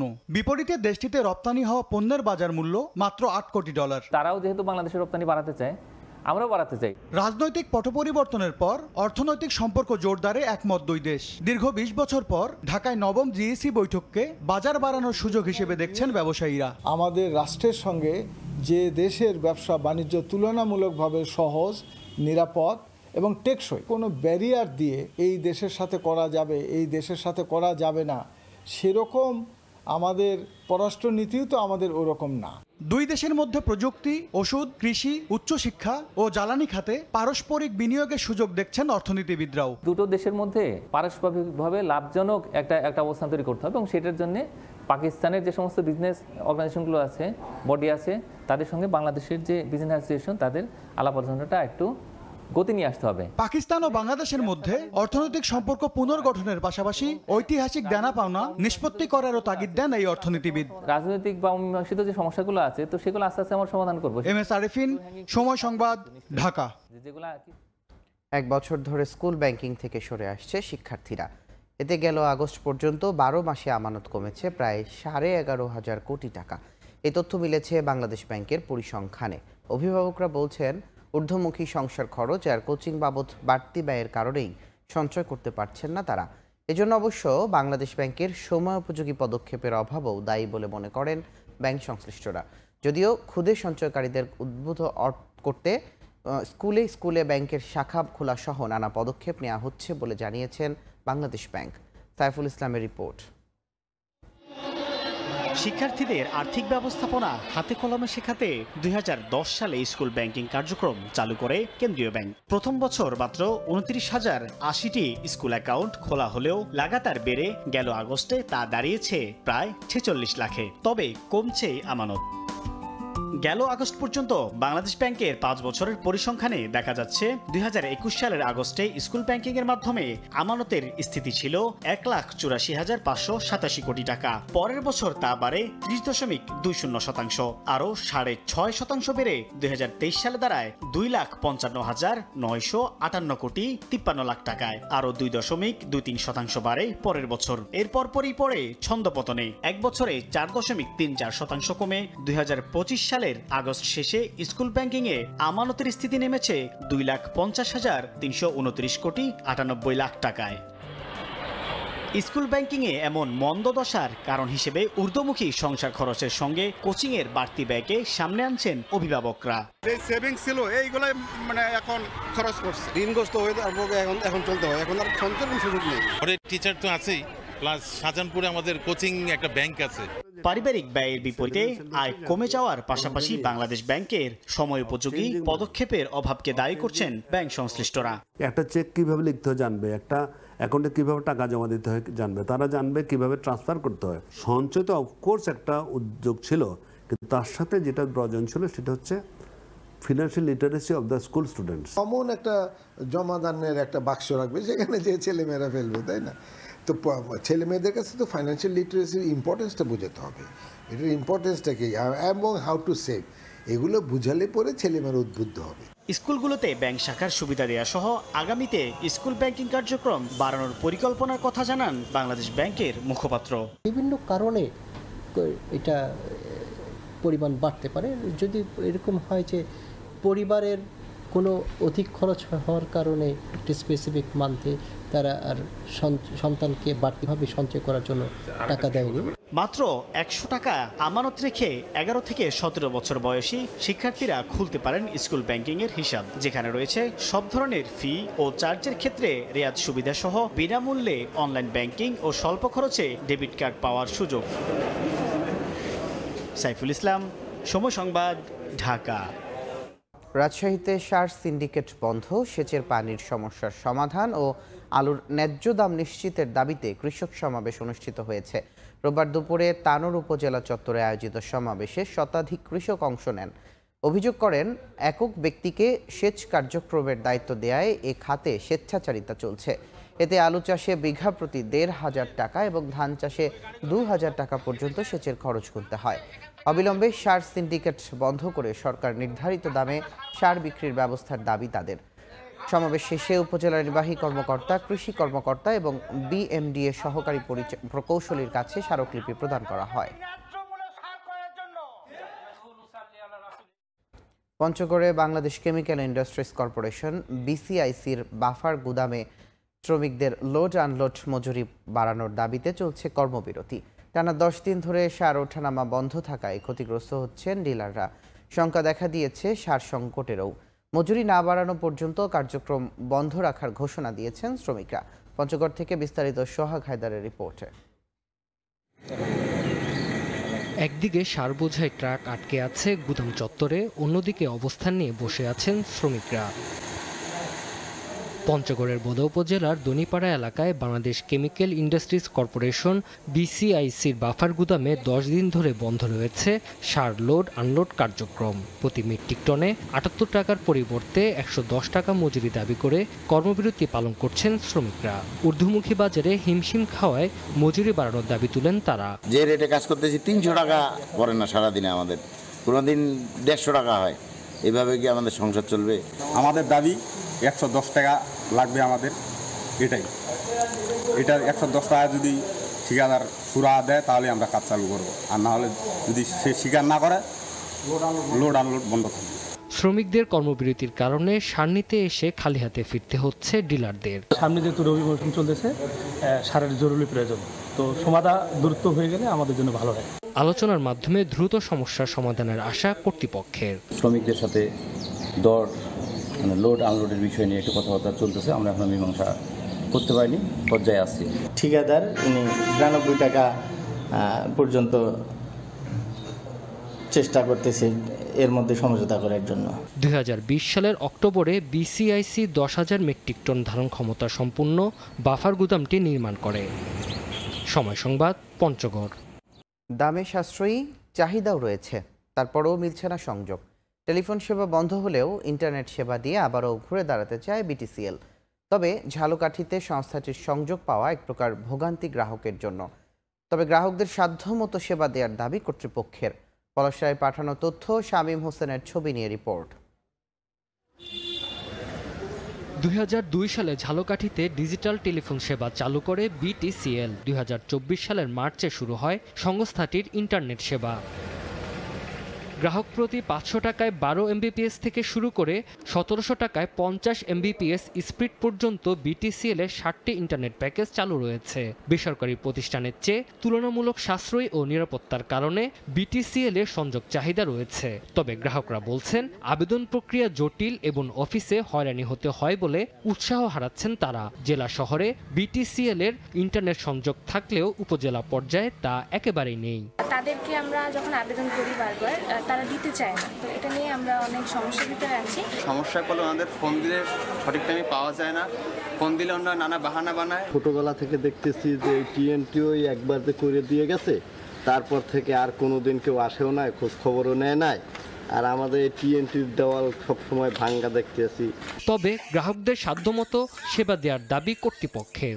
আমরা আমাদের আইন থেকে চেষ্টা করি যতদূর ক্যাপাবিলিটি রয়েছে সেগুলো 100% দেওয়ার জন্য এবং চেষ্টা করছি, এবং সংযোগ ধীরে ধীরে বৃদ্ধি পাচ্ছে। ঝালকাঠিতে টেলিফোনের সংযোগ রয়েছে 651টি। জেলা শহরের জন্য বরাদ্দ রয়েছে 2300 ইন্টারনেট সংযোগ। এর বিপরীতে এখন পর্যন্ত সংযোগ পেয়েছেন 1080 জন গ্রাহক। সময় সংবাদ, ঝালকাঠি। নারায়ণগঞ্জে আদালত প্রাঙ্গণে বিচার প্রার্থীকে মারধরের অভিযোগ উঠেছে বিএনপির নেতার বিরুদ্ধে।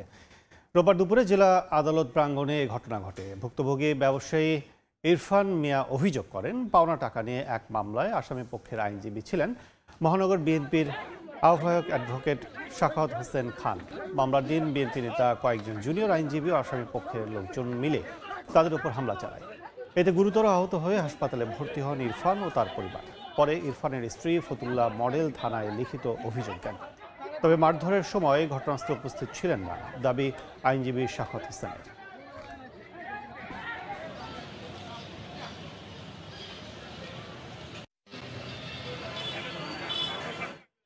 সামাজিক যোগাযোগ মাধ্যমে অপপ্রচার চালানোর অভিযোগে দুজনের বিরুদ্ধে 50 কোটি টাকার মানহানি মামলা করেছেন গাজীপুরের এক বিএনপি নেতা। রোববার দুপুরে জেলার চিফ মেট্রোপলিটন ম্যাজিস্ট্রেট আদালতে মামলাটি করেন মহানগর বিএনপির সভাপতি শওকত হোসেন সরকার। বিচারক কাশিমপুর থানাকে তদন্তের নির্দেশ দেন।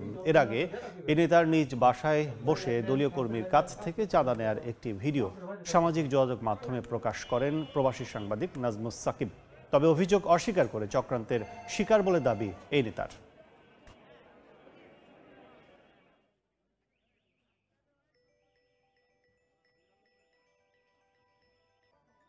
রাজনৈতিকভাবে আমাকে ছোট করার জন্য কোনো একটি মহল বা কোনো চক্রান্তের ভিত্তিতে যে আমি চাঁদা নিয়েছি প্রশ্ন ওঠে না। গাড়ি ক্রয় করেছে তার সমস্ত কাগজপত্র এভিডেন্স আমি কোর্টে জমা দিয়েছি এবং আমার যে মানহানি হয়েছে সেই জন্য আমি কোর্টের দ্বারস্থ হয়েছি।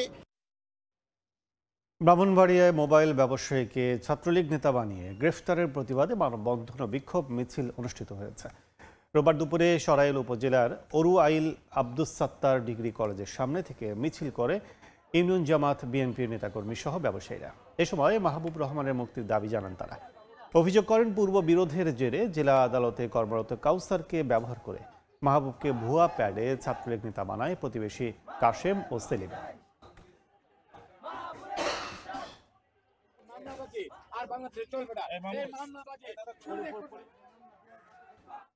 দিনাজপুরে সরকারি নিয়োগ পরীক্ষার প্রশ্ন ফাঁসের অভিযোগে 3 জনকে গ্রেফতার করা হয়েছে। জব্দ করা হয়েছে 5টি ডিজিটাল ডিভাইস সহ ক্রেডিট কার্ড ও নকল স্ট্যাম্প। পুলিশ জানায় শনিবার অনুষ্ঠিত উপখাদ্য পরিদর্শক পদে নিয়োগ পরীক্ষায় এক অংশগ্রহণকারী ডিজিটাল ডিভাইস ব্যবহার করছে এমন তথ্যে কেরি মেমোরিয়াল স্কুলে অভিযান চালানো হয়। কৃষ্ণপদ রায় নামে একজনকে সন্দেহ হলে তাকে আটক করে তল্লাশি চালালে উদ্ধার হয় একটি ডিজিটাল ডিভাইস। আটকের পর তার দেয়া তথ্যে একটি ছাত্রাবাসে অভিযান চালালে ডিভাইস সহ আটক করা হয় আরও 2 জনকে। পরে প্রতারণা ও ডিজিটাল নিরাপত্তা আইনে মামলা দিয়ে আটককৃতদের কারাগারে পাঠানো হয়।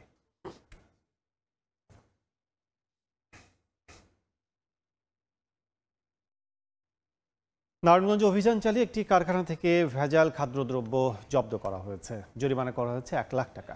রোববার বিকেলে ফতুল্লার পূর্ব সস্তাপুরে আজমেরি কনজিউমার ফুড কোম্পানিতে যৌথ অভিযান চালায় জেলা প্রশাসন ও র্যাব।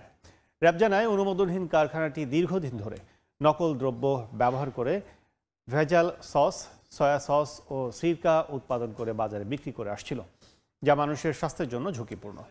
গোয়েন্দা নজরদারি করে র্যাব পরে সত্যতা পেয়ে জেলা প্রশাসনের সহযোগিতায় অভিযান চালিয়ে বিপুল পরিমাণ নকল খাদ্যদ্রব্য জব্দ করা হয়। প্রতিষ্ঠানের মালিককে 1 মাসে বিনাশ্রম কারাদণ্ড দেওয়া হয়, জরিমানা করা হয় 1 লাখ টাকা।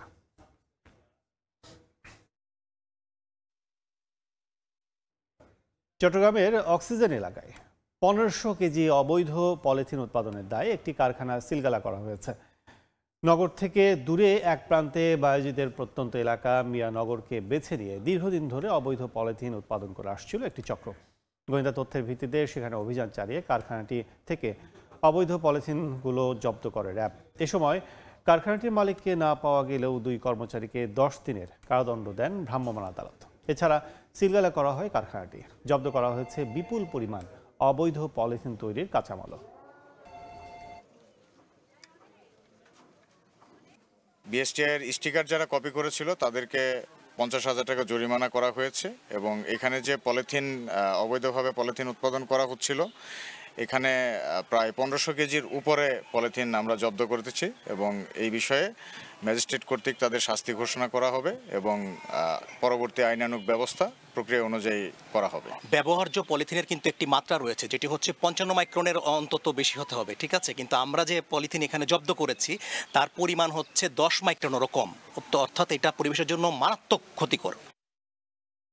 বৈষম্যমূলক নিয়োগ বিজ্ঞপ্তি সংশোধন, ইন্টার্নশিপ ভাতা চালু সহ বিভিন্ন দাবিতে অবস্থান কর্মসূচি পালন করেছেন রাজশাহী বিশ্ববিদ্যালয়ের চিকিৎসা মনোবিজ্ঞান বিভাগের শিক্ষার্থীরা। রোববার বিশ্ববিদ্যালয় প্রশাসন ভবনের সামনে ও প্যারিস রোডে অবস্থান নেন শিক্ষার্থীরা। এ সময় বিভাগের চেয়ারম্যানের পদত্যাগের দাবি জানান তারা। চেয়ারম্যান প্রফেসর এনামুল হকের বিরুদ্ধে বিভাগের উন্নয়নে অনীহা, শিক্ষার্থীদের সঙ্গে অসহযোগিতা এবং অনিয়মিতভাবে বিভাগে উপস্থিত হওয়ার অভিযোগ করা হয়। জানান, বারবার সমস্যার সমাধান চেয়ে আবেদন জানালেও কর্তৃপক্ষ কোনো ব্যবস্থা না নেয় আন্দোলনে নামতে বাধ্য হন তারা।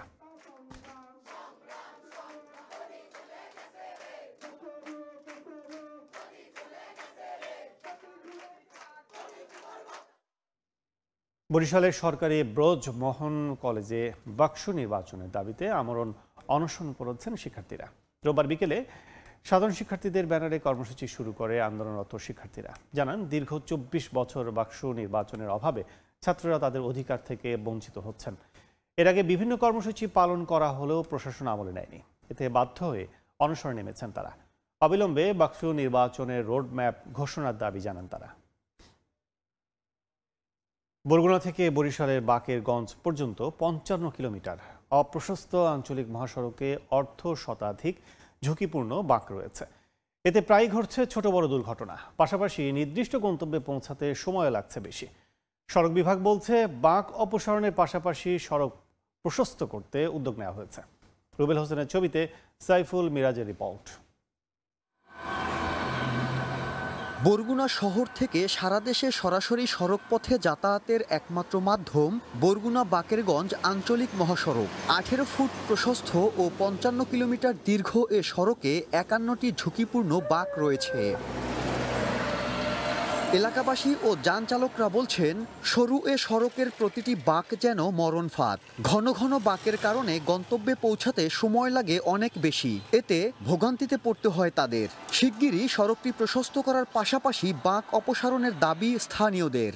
দুইটা গাড়ি আমরা ক্রস করে যাইতে পারি না। মোড় করতে গেলে অটোতে বাড়ি লাগে, অটো রাস্তার বাইরে। যদি রাস্তাটা ভালো হইতো তাহলে আমাদের জন্য, জনগণের জন্য ভালো হইতো। সড়ক বিভাগ বলছে, এরই মধ্যে বাঁকগুলো অপসারণের উদ্যোগ নেওয়া হয়েছে।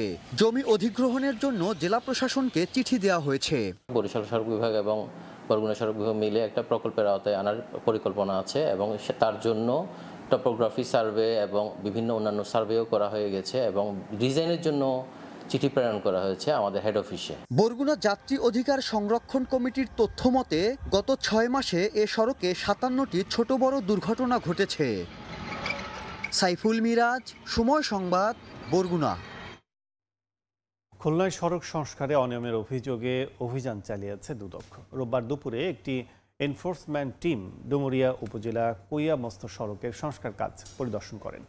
এ সময় খুলনা সমন্বিত জেলা কার্যালয়ের সহকারী পরিচালক রাকিবুল ইসলাম জানান, সড়কের কার্পেটিং উঠে যাওয়া ও নির্মাণ সামগ্রী কেনায় অনিয়মের অভিযোগের সত্যতা পাওয়া গেছে। গত বছর জুনে কার্পেটিংয়ের কাজ শেষ হলে কয়েক মাস পর থেকেই সড়কের বিভিন্ন স্থানে কার্পেটিং উঠে গিয়ে তৈরি হয় খানাখন্দ। 5 কিলোমিটার সড়কটি সংস্কারে ব্যয় হয় 11 কোটি টাকা।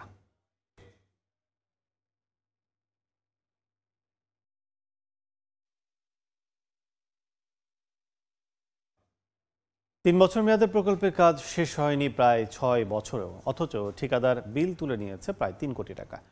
পিরোজপুরের নাজিরপুরের বাবুরহাট বাজারে নতুন দোতলা ভবনের শুধু পিলার নির্মাণ করেই কাজ বন্ধ রয়ে গেছে ঠিকাদারি প্রতিষ্ঠান। এতে ভোগান্তিতে বাজারের ব্যবসায়ী ও এলাকাবাসী। উপজেলা প্রশাসন বলছে, প্রকল্পটিতে দুর্নীতির অভিযোগ থাকায় তদন্ত চলছে। জিয়াউল হকের পাঠানো তথ্য, ছবি নিয়ে রিপোর্ট। 2019 সালের ডিসেম্বরে পিরোজপুরের নাজিরপুর উপজেলার শেখমাঠিয়া ইউনিয়নের বাবুরহাট বাজারে দোতলা মার্কেট নির্মাণের কথা বলে উচ্ছেদ করা হয় অর্ধশত দোকান। এলজিইডির দরপত্রের মাধ্যমে কাজটি পায় পিরোজপুর 1 আসনের সাবেক সংসদ সদস্য ও মন্ত্রী সম রেজল করিমের ছোট ভাই নূরে আলম সিদ্দিকী শাহীন। কয়েকটি পিলার নির্মাণ করে ঠিকাদারি প্রতিষ্ঠান তুলে নেয় প্রায় 3 কোটি টাকা। কাজটি সম্পূর্ণ না করায় ভোগান্তিতে স্থানীয় ব্যবসায়ী ও এলাকাবাসী। পণ্য বিক্রি করতে হচ্ছে বাজারের মূল সড়ক দখল করে। শীঘ্রই বাজারের কাজ শেষ করার দাবি ব্যবসায়ী ও এলাকাবাসীর।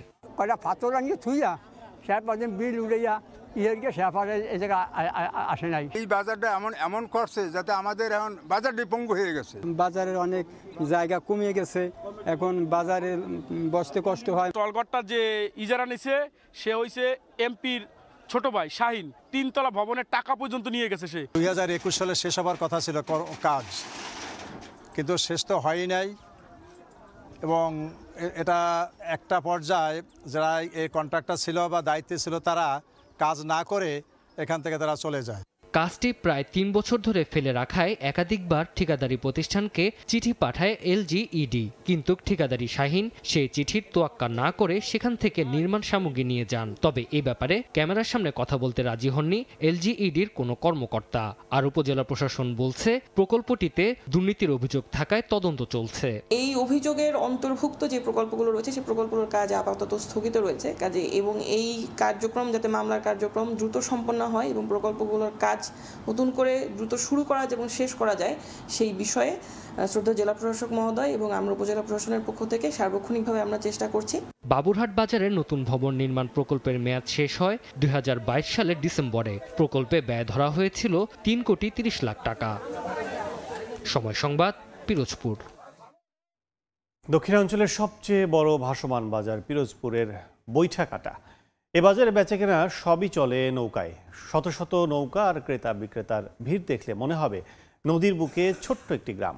শত বছরে ভাসমান বাজারকে অ্যাগ্রো ইকো ট্যুরিজম হিসেবে ঘোষণার পরিকল্পনা প্রশাসনের। জিয়াউল হকের তথ্য ছবি নিয়ে রিপোর্ট।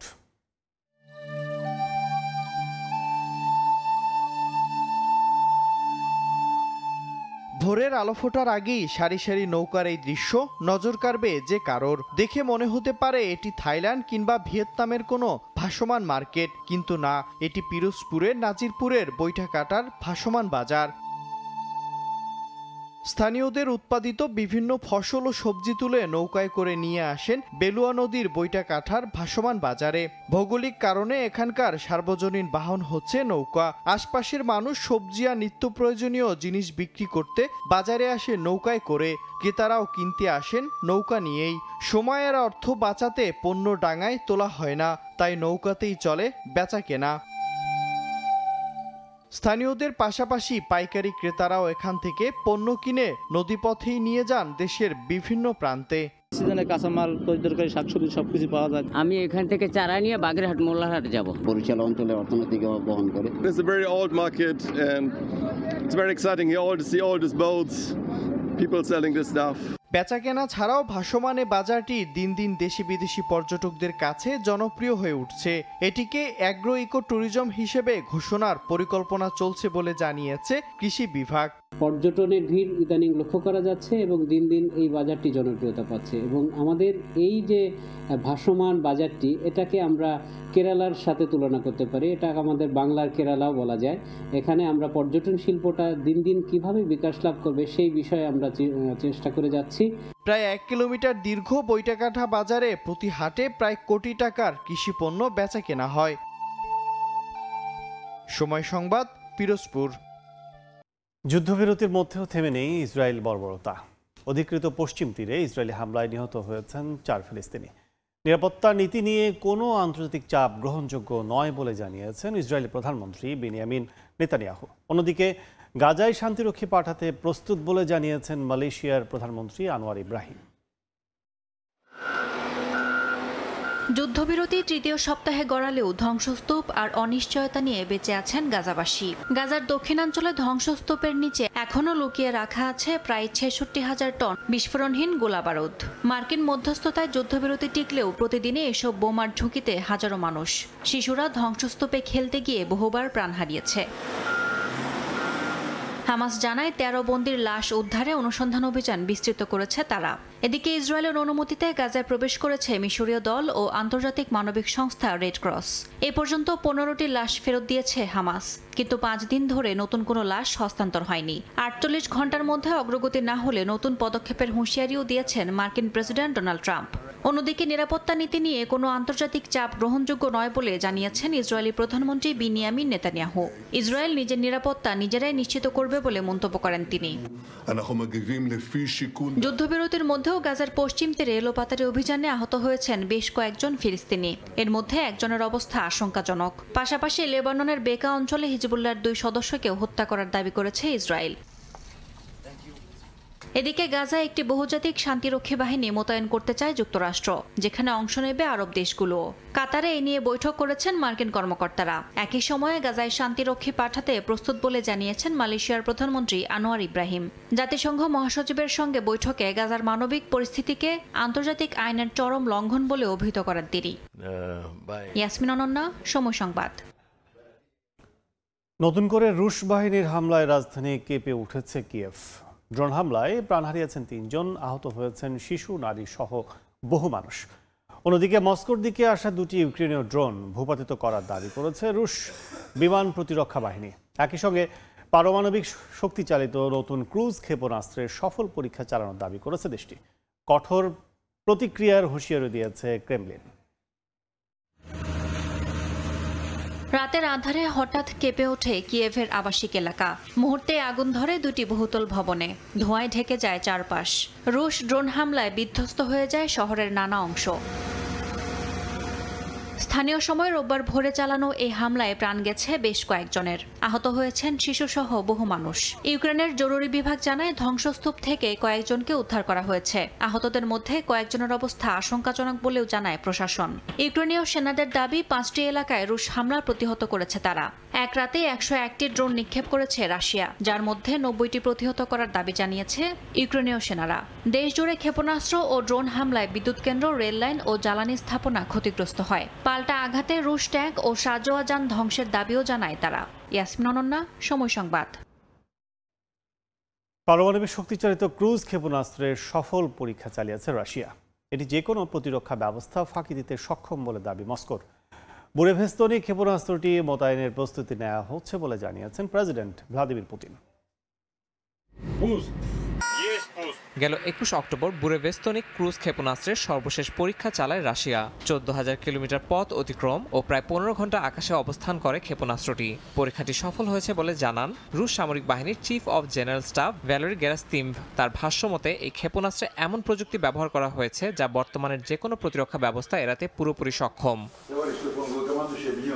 ইউক্রেন যুদ্ধের দায়িত্বে থাকা জেনারেলদের সঙ্গে বৈঠকে রুশ প্রেসিডেন্ট ভ্লাদিমির পুতিন বলেন, এমন অস্ত্র বিশ্বে আর কারো কাছে নেই। তিনি উল্লেখ করেন, রুশ বিজ্ঞানীরা একসময় ভেবেছিলেন এমন ক্ষেপণাস্ত্র তৈরি করা অসম্ভব, কিন্তু এখন সফলভাবে তা বাস্তবে রূপান্তরিত করেছে রাশিয়া। ক্ষেপণাস্ত্রটি মোতায়েনের প্রস্তুতি নেওয়া হচ্ছে বলে জানিয়েছেন প্রেসিডেন্ট পুতিন।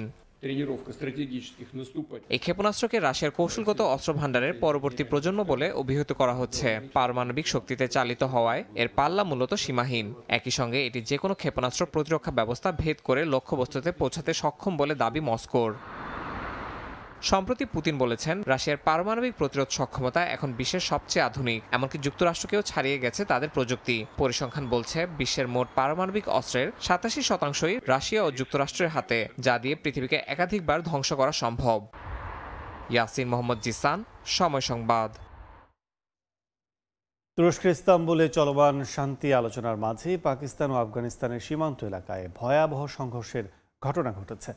এই সংঘাতে পাকিস্তানি সেনাবাহিনীর 5 সদস্য ও 25 জঙ্গি নিহত হয়েছেন। রোববার পাকিস্তান সেনাবাহিনীর আন্তঃবাহিনী জনসংযোগ পরিদপ্তরের এক বিবৃতিতে এ তথ্য জানানো হয়েছে। এদিকে পাকিস্তানের সঙ্গে কৌশলগত সম্পর্ক বাড়াতে চায় যুক্তরাষ্ট্র, তবে ভারতের সঙ্গে সম্পর্কের ক্ষতি করে নয় বলে জানান মার্কিন পররাষ্ট্রমন্ত্রী। শান্তি আলোচনার মধ্যেই পাকিস্তান আফগানিস্তানের সীমান্ত এলাকায় নতুন করে সংঘর্ষ হয়েছে। এতে নিহত হয়েছেন পাকিস্তানের সেনাবাহিনীর কয়েকজন সদস্য এবং জঙ্গিরা। স্থানীয় সময় রোববার পাকিস্তান সেনাবাহিনীর আন্তঃবাহিনী গণসংযোগ পরিদপ্তরের এক বিবৃতিতে এ তথ্য জানানো হয়। আইএসপিআর এর বিবৃতিতে বলা হয়, শুক্র ও শনিবারের আফগানিস্তানের ভূখণ্ড থেকে সীমান্ত পেরিয়ে পাকিস্তানের কুররাম ও উত্তর ওয়াজিরিস্তান জেলায় অনুপ্রবেশের চেষ্টা করে জঙ্গিরা। পাকিস্তানের উত্তর পশ্চিম সীমান্তের দুর্গম ওই এলাকায় সশস্ত্র বাহিনীর বাধায় জঙ্গিদের অনুপ্রবেশ বন্ধ করা হয়। হামলাকারীরা ফিতনা আল খারিজ গোষ্ঠীর সদস্য বলেও উল্লেখ করা হয় বিবৃতিতে।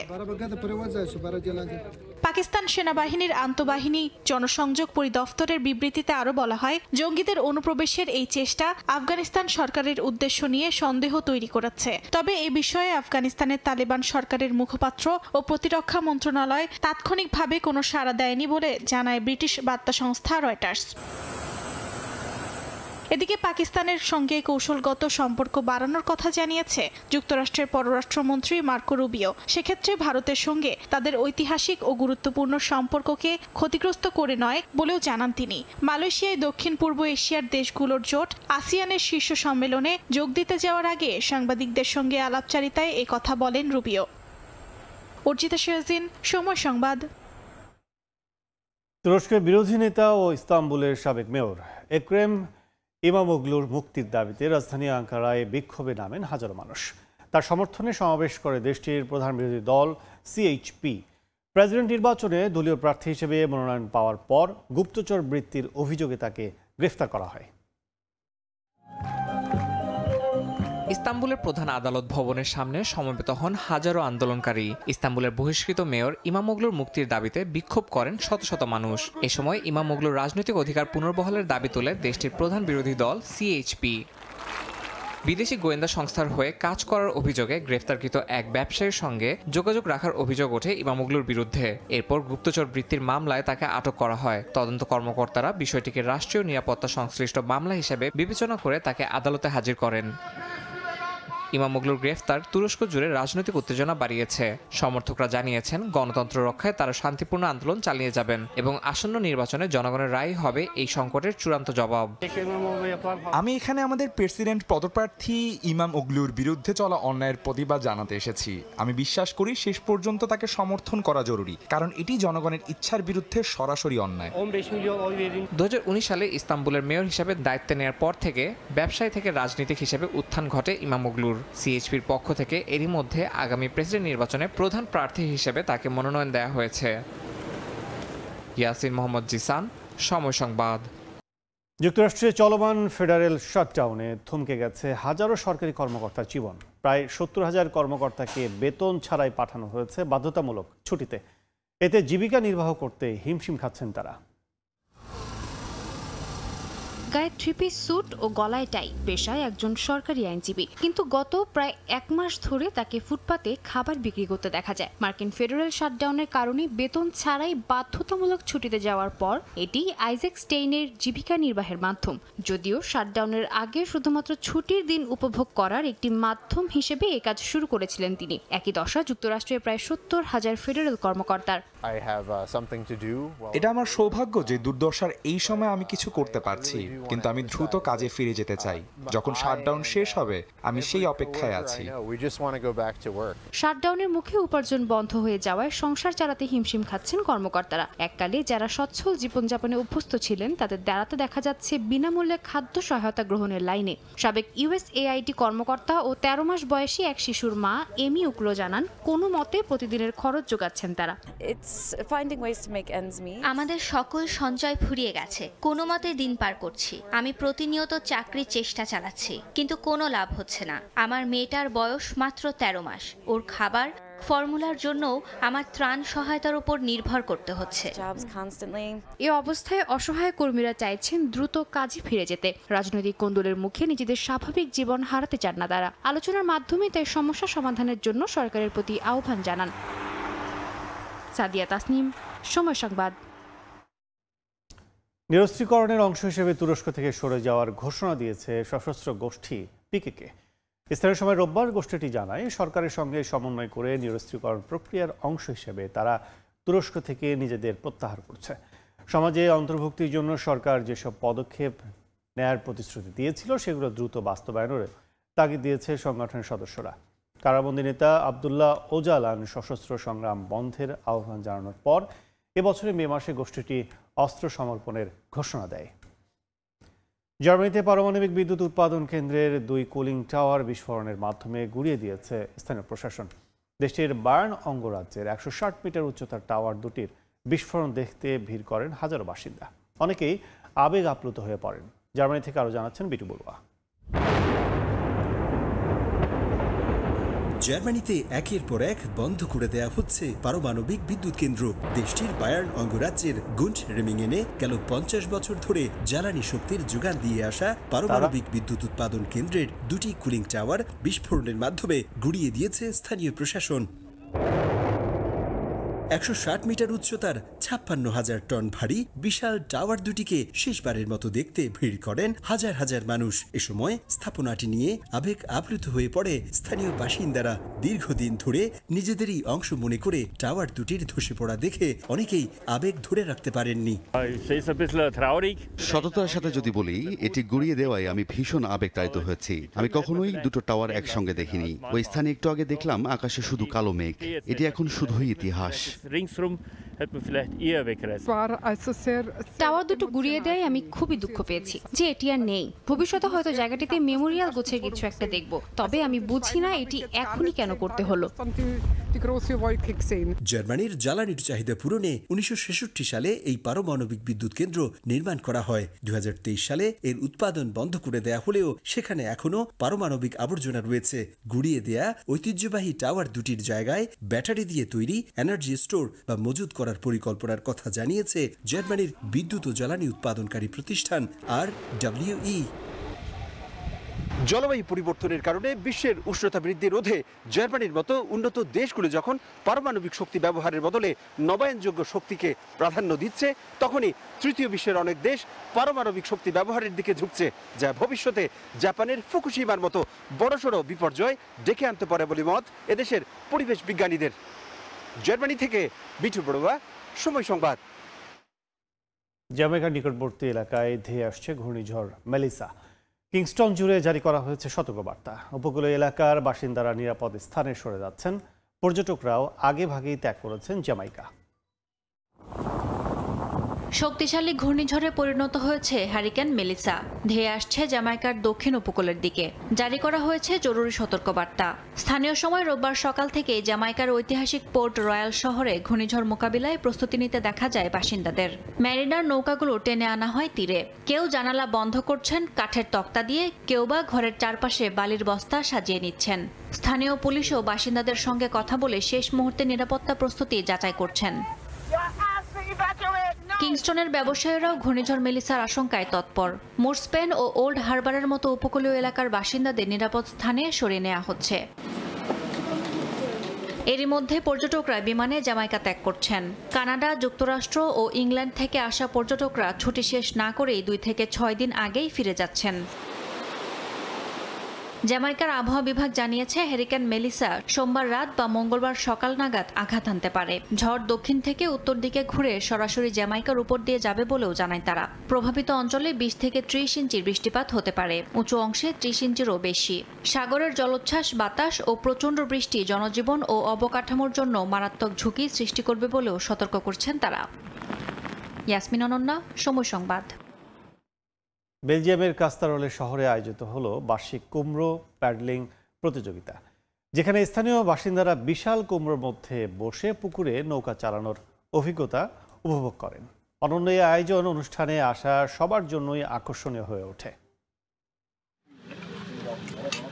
বিশাল কুমড়োর ভেতরে বসে প্যাডেলিং করছেন অনেকে। বেলজিয়ামের কাস্তারলে শহরের বার্ষিক কুমড়া প্যাডেলিং প্রতিযোগিতায় দেখা মিলল এমন চমকপ্রদ দৃশ্যের। প্রতিযোগিতায় অংশগ্রহণকারীরা 100 মিটার রিলে প্রতিযোগিতায় কুমড়ার নৌকা ব্যবহার করে দৌড় সম্পন্ন করে। আয়োজকরা জানান 2008 সাল থেকে স্থানীয় কাইকিং ক্লাব ও কুমড়া চাষিদের উদ্যোগে প্রতি বছর এই আয়োজন করা হয়।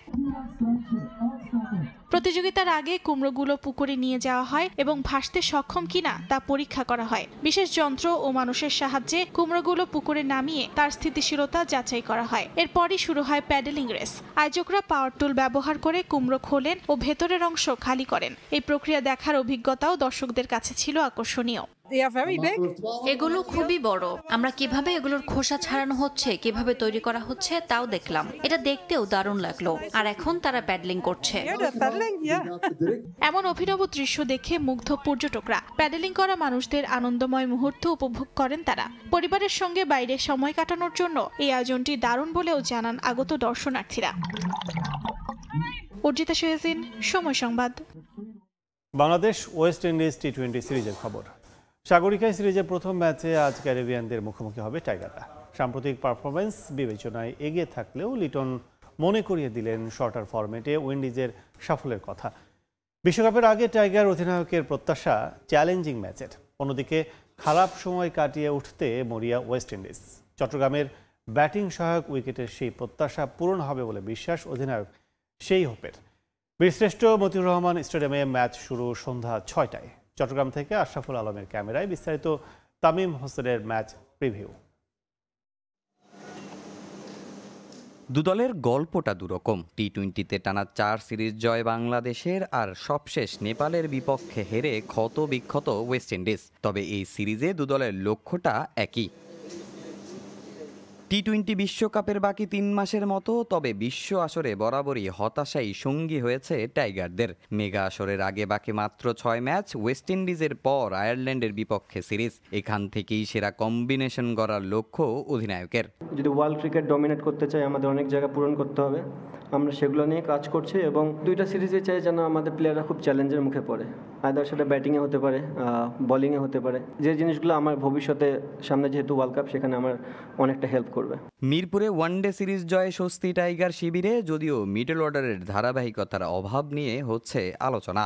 গেল বছর ওয়েস্ট ইন্ডিজের মাটিতে 3-0-তে টি-20 সিরিজ জয়ের সুখস্মৃতি থাকলেও লিটনের চোখে এই সিরিজে এগিয়ে ক্যারিবিয়ানরা। ওয়েস্ট ইন্ডিজ আগে এগিয়ে থাকবে কারণ তারা পূর্বেও এই ধরনের ক্রিকেট খেলেছে এবং তারা মোটামুটি সাকসেসফুল। আর 6টার সময় খেলা 2 টিমের জন্যই সেম, ওয়েদার কন্ডিশন উইকেট সবই সেম হবে। যারা বেটার ক্রিকেট খেলবে তারাই জিতবে। যারা এই মিডল অর্ডারে খেলতেছে অনেকদিন ধরেই প্রুভেন, বাংলাদেশের হয়ে তারা অনেক ভালো কিছু করেছে। ম্যাচ ডের আগে সাগরিকায় লম্বা সময় অনুশীলন করেছে ক্যারিবিয়ানরা। ফ্লাডলাইটের আলোতে বোঝার চেষ্টা করেছেন চট্টলার উইকেটের আচরণ। এশিয়ান কন্ডিশনে হতে যাওয়া শটার ফরম্যাটের বিশ্বকাপের আগে এই সিরিজ তাদের কাছেও মহা গুরুত্বপূর্ণ। আমাদের ব্যাটিং লাইন আপের যে গভীরতা, সবারই পাওয়ার হিটিং করার সামর্থ্য আছে। এখানকার উইকেট দেখে খুব ভালো লেগেছে।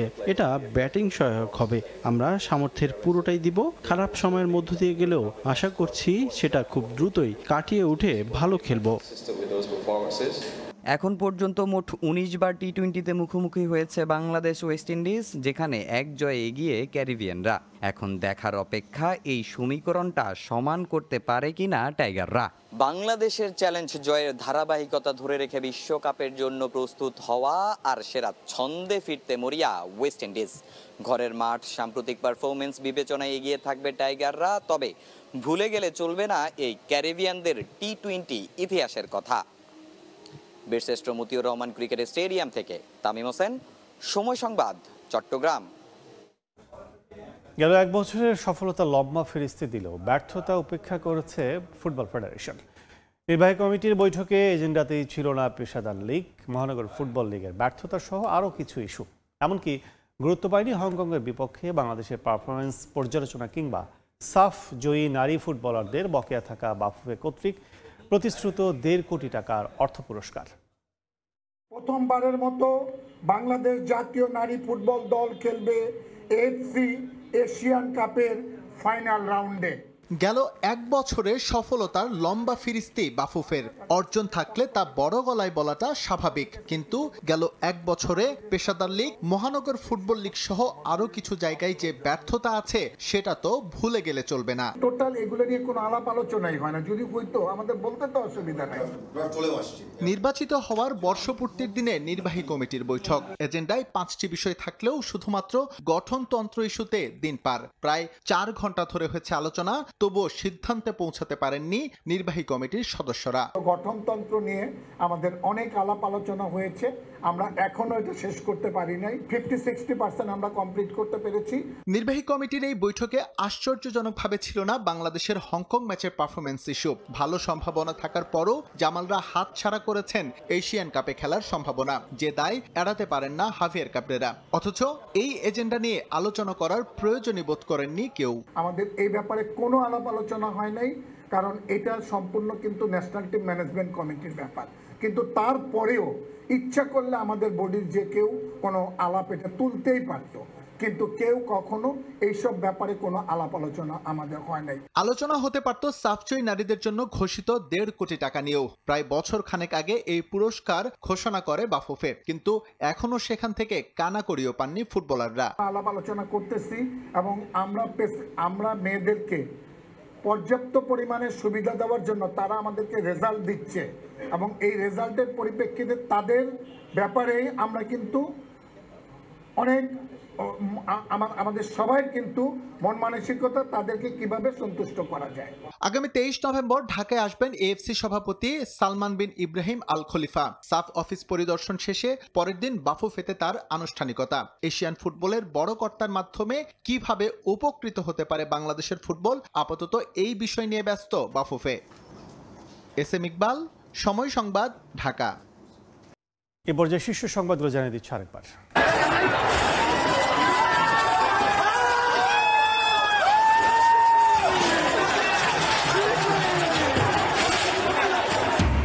তুচ্ছ ঘটনায় ফের রণক্ষেত্র।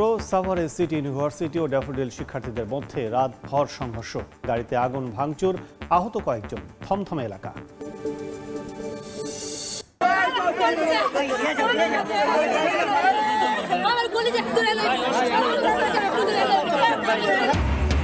বেয়ারিং প্যাড পরে নিহত কালামের পরিবারের শোকের মাতম। নারায়ণগঞ্জে প্রথম জানাজা, আজ শরীয়তপুরে দাফন। আগ্রাগাঁও থেকে শাহবাগ পর্যন্ত মেট্রো রেল চলাচল বন্ধ। জুলাই সনদ বাস্তবায়নের সাংবিধানিক বিধি বাধাগ্রস্তের পক্ষে নয় বিএনপি। সাংঘর্ষিক রাজনীতি না করার আহ্বান, ঐক্যবদ্ধ থাকলে বাধা হতে পারবে না পরাশক্তি, বলছে জামাত। ওমরা পালনে 20 নভেম্বর সপরিবারে সৌদি আরব যাচ্ছেন তারেক রহমান। মক্কা থেকে লন্ডন ফিরে রওনা দেবেন দেশের পথে। প্রত্যাবর্তন ঘিরে নিরাপত্তা কমিটি গঠন বিএনপির। এবং লক্কর ঝক্কর বাস দাপে বেড়াচ্ছে সড়ক, সিরিজ অভিযানও মেলেনি সুফল। মেয়াদ নির্ধারণের সময়সীমা বাড়ানোর দাবি, ফিটনেসবিহীন গাড়ি চালানোর দায় বিআরটিএর, বলছেন বিশেষজ্ঞ।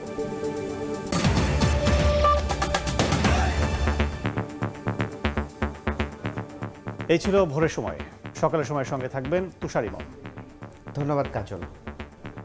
সকালের সময় নিয়ে আসছি কিছুক্ষণ পর, সঙ্গে থাকুন সময়।